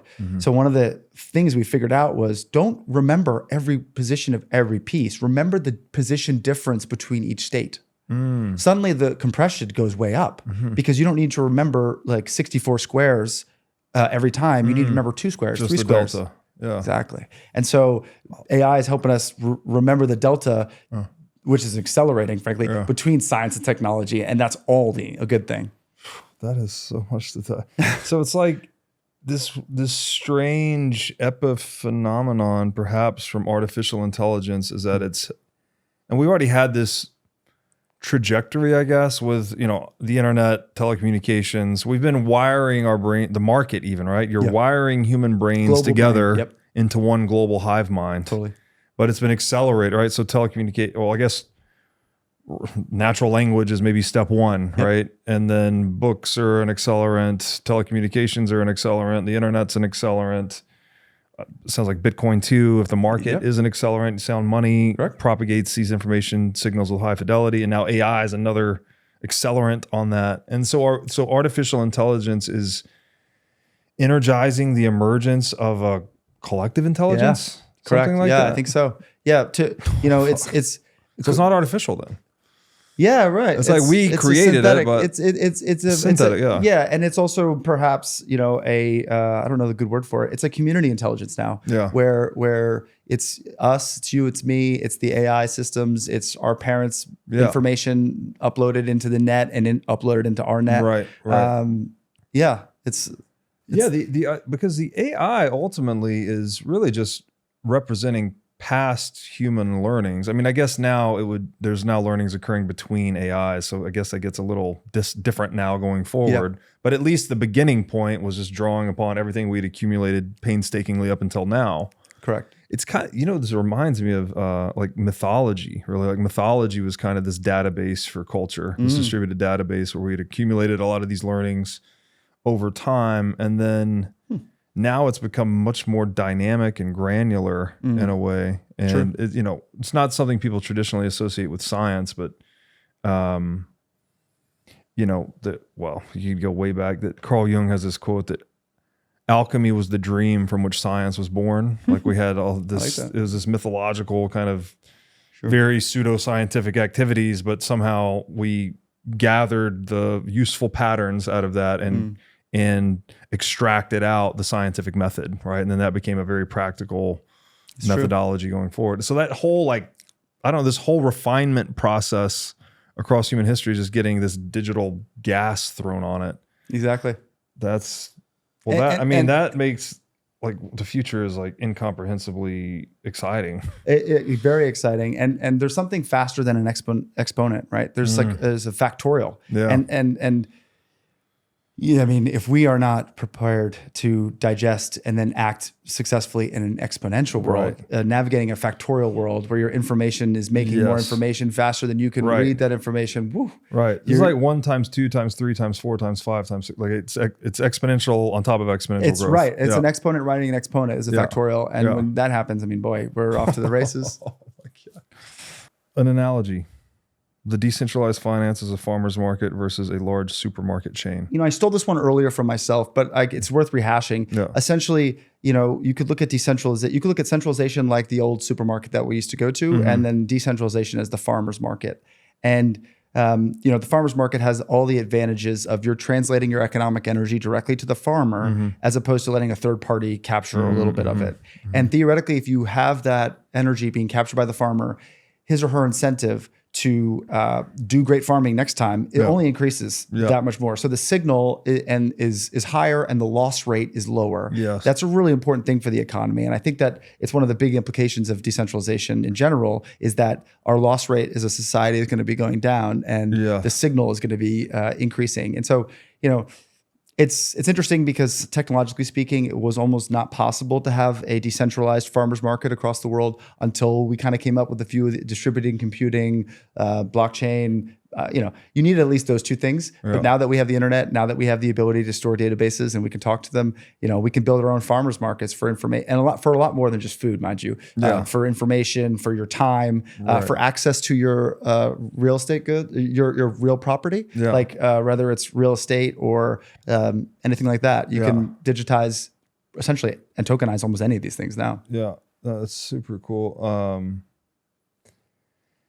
Well, the other thing, like, so a farmer's market, so the kind of the purpose of capitalism, right? We want to increase goods and services per unit of human effort, right? Yeah.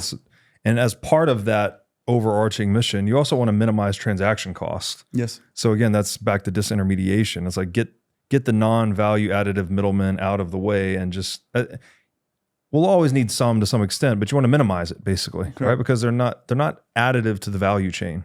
No. So a farmer's market would be much more metaphorically representative of that ideal state where it's just, you know, farm to table.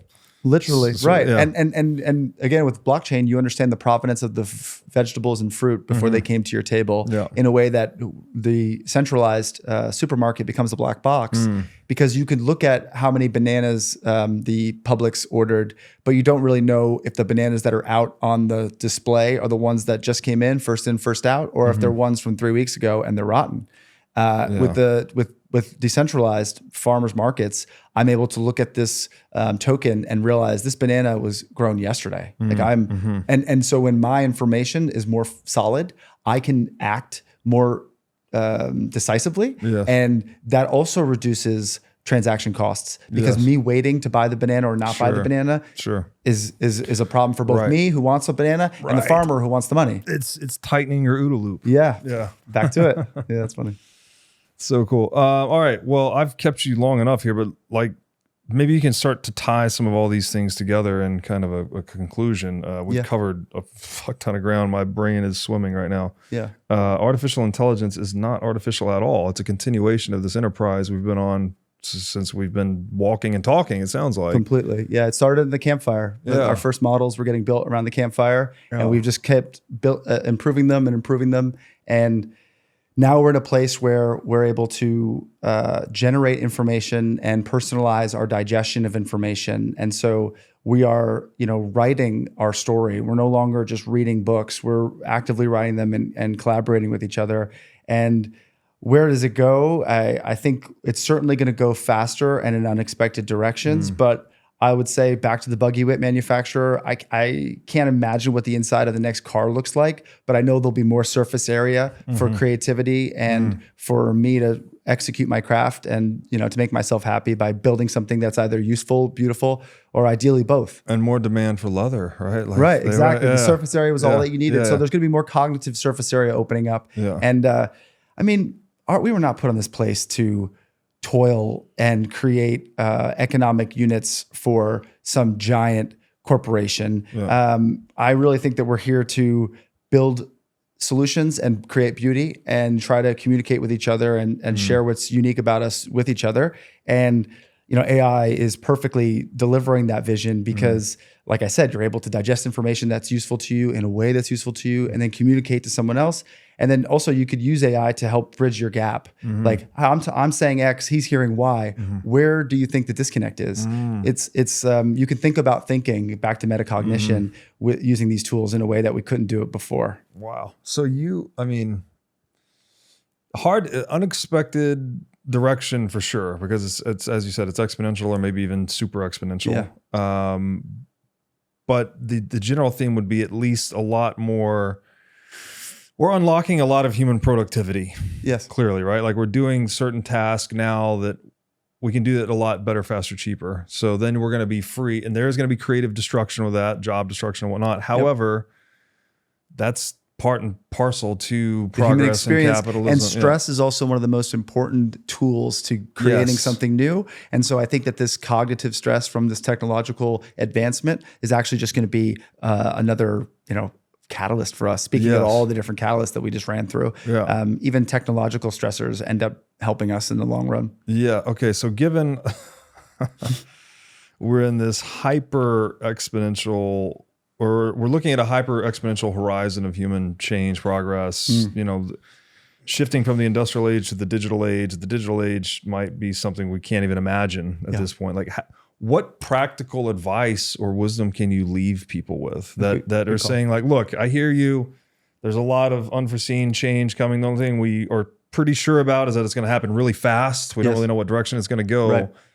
I often say that humility is the optimal strategy in times of high uncertainty. So like I would insert that here as a proposed element of this strategy, but like what wisdom, strategies, mindsets would you give people to deal with this? So it's going to sound cheesy, but I think a growth mindset is probably the biggest tool that you can take into any environment, and certainly this environment. There's either I think it's Carolyn Dweck, she came up with this concept, but it's either you're a fixed person or you're a growth person. And if you're a fixed person, then you're kind of like, oh, this is the way it is. This is the way I am.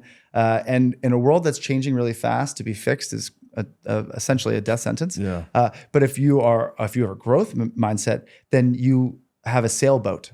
And now it doesn't matter how fast the wind is blowing, it's only filling your sails. So I would say that if you have a growth mentality, then the winds that AI are going to blow are just going to get you where you want to go faster. And besides having a growth mindset, back to the whole generalist versus specialist. Well, the generalist is the person who's got their head up and looking at the horizon versus the specialist who's tying knots and running their whatever their operation is on the ship. So I would definitely pick my head up, maintain a growth mindset, use the tools to gain knowledge about the tools. So like if you think AI is going to disrupt things, well, then begin a conversation with AI, like start utilizing it on a more daily basis. I mean, one of the first questions I asked AI is, how do you work? I know it sounds silly, but it gave me the history of Claude Shannon, information theory. So my point is, these tools are also, as much as they confound us, they're also going to be able to help us find ourselves and find kind of that next waypoint in the mountain that we want to get to. That's beautiful. So stay meta then. If you're asking these tools about themselves. Yes. Always take that metacognitive step back. Yeah. Be the observer. Yeah. And now the AI powered observer. Yeah. AI powered observer. That's beautiful. It reminds me of, you're bringing up sailing. So something like The pessimist complains that the wind isn't blowing the right direction. The optimist believes the wind will change, and the realist trims his sails. I haven't heard that, but I like it a lot. Yeah, that's awesome. Dude, been an awesome conversation. Yeah, I really enjoyed it. Thanks, Robert. I'm new to this space, but like endlessly fascinated by it. It seems like it really dovetails nicely with Bitcoin, this whole idea of synchronization and harmony and productivity. And I mean, technology was supposed to make things cheaper and make our lives better. Yes. And then we invented this fiat nonsense because asset owners couldn't stand the idea that my asset's going to be worth less in rent next year. So instead we juiced the system up with money. Yeah. Now AI is great because ultimately it's going to be very deflationary. Like it will bring down the cost of goods because I can make a Salesforce clone tomorrow, and I could deliver it to someone for $500 a year as opposed to $50,000 a year. So that will put downward pressure on prices. I joke that, and not my joke, but I'll take credit for it. Deflation is happening in Bitcoin standards. Oh yeah. Like a house used to be 650 Bitcoin 4 years ago. Now it's 4. Yeah, exactly. So that's everything collapses in price in Bitcoin terms. So that's what should be happening in fiat terms if fiat was fair, but it's not. Right. And so they keep hyping up the fiat count. And so the only way that you're going to get off that that negative OODA loop of destruction is to put your money the hardest place that you can, and then put your mind into a position to take advantage of the growth that's coming from technology. Growth mindset. That's a great perspective too. It's almost like the fiat imposition is trying to fight the creative destruction of capitalism, right? Like we want our assets to stay here and go up in price forever. It's like, well, that's not how capitalism works, right? It's like, is it relevant? There's a point where oil was just like literally, it was waste, right? People would pump it off of their land and pay people to discard it. And then all of a sudden we figure out, oh wait, this is a useful hydrocarbon. Some good energy density, and it becomes black gold, right? So we need that ongoing process of realization, discovery. True. You can't try to create, as you said, if you try to create a static situation where oil has never been valuable and it never will be valuable, then you're never going to unlock the industrial age and additional productivity. Correct. Yeah, and it's something about the human condition that just resists that idea so much, that people just want to get into their groove and stay in their groove. Yeah. The future is going to be won by people who are very comfortable outside of their groove and making new grooves, Yes, absolutely. Where can people find you, your work? Yeah, so I write at lifeinthesingularity.com. And then I'm also on X. My name is Matthew McDonagh, and my Twitter handle is that, but backwards. So McDonagh Matthew, McDonagh Matthew. And it was a great conversation. I learned a lot. I always do when I'm talking to a smart person. So thanks for that. Thank you. This is truly mind-blowing. Really enjoyed the conversation. We're going to have to do it again because things are changing so fast. I'm sure if we do this another year or two, there's going to be a lot of new things. I'll have a new combination of X letter plus NN to talk about. Yes. Almost certainly. Yeah, new OODA loops to explore. Oh yeah. Thanks again. Thank you so much. Cheers. Thanks for watching. If you enjoyed this episode, click here to find more just like it, and here to find our most recent episode. Also, make sure to like this video to help shine light on the corruption of money, and be sure to subscribe to this channel to stay connected.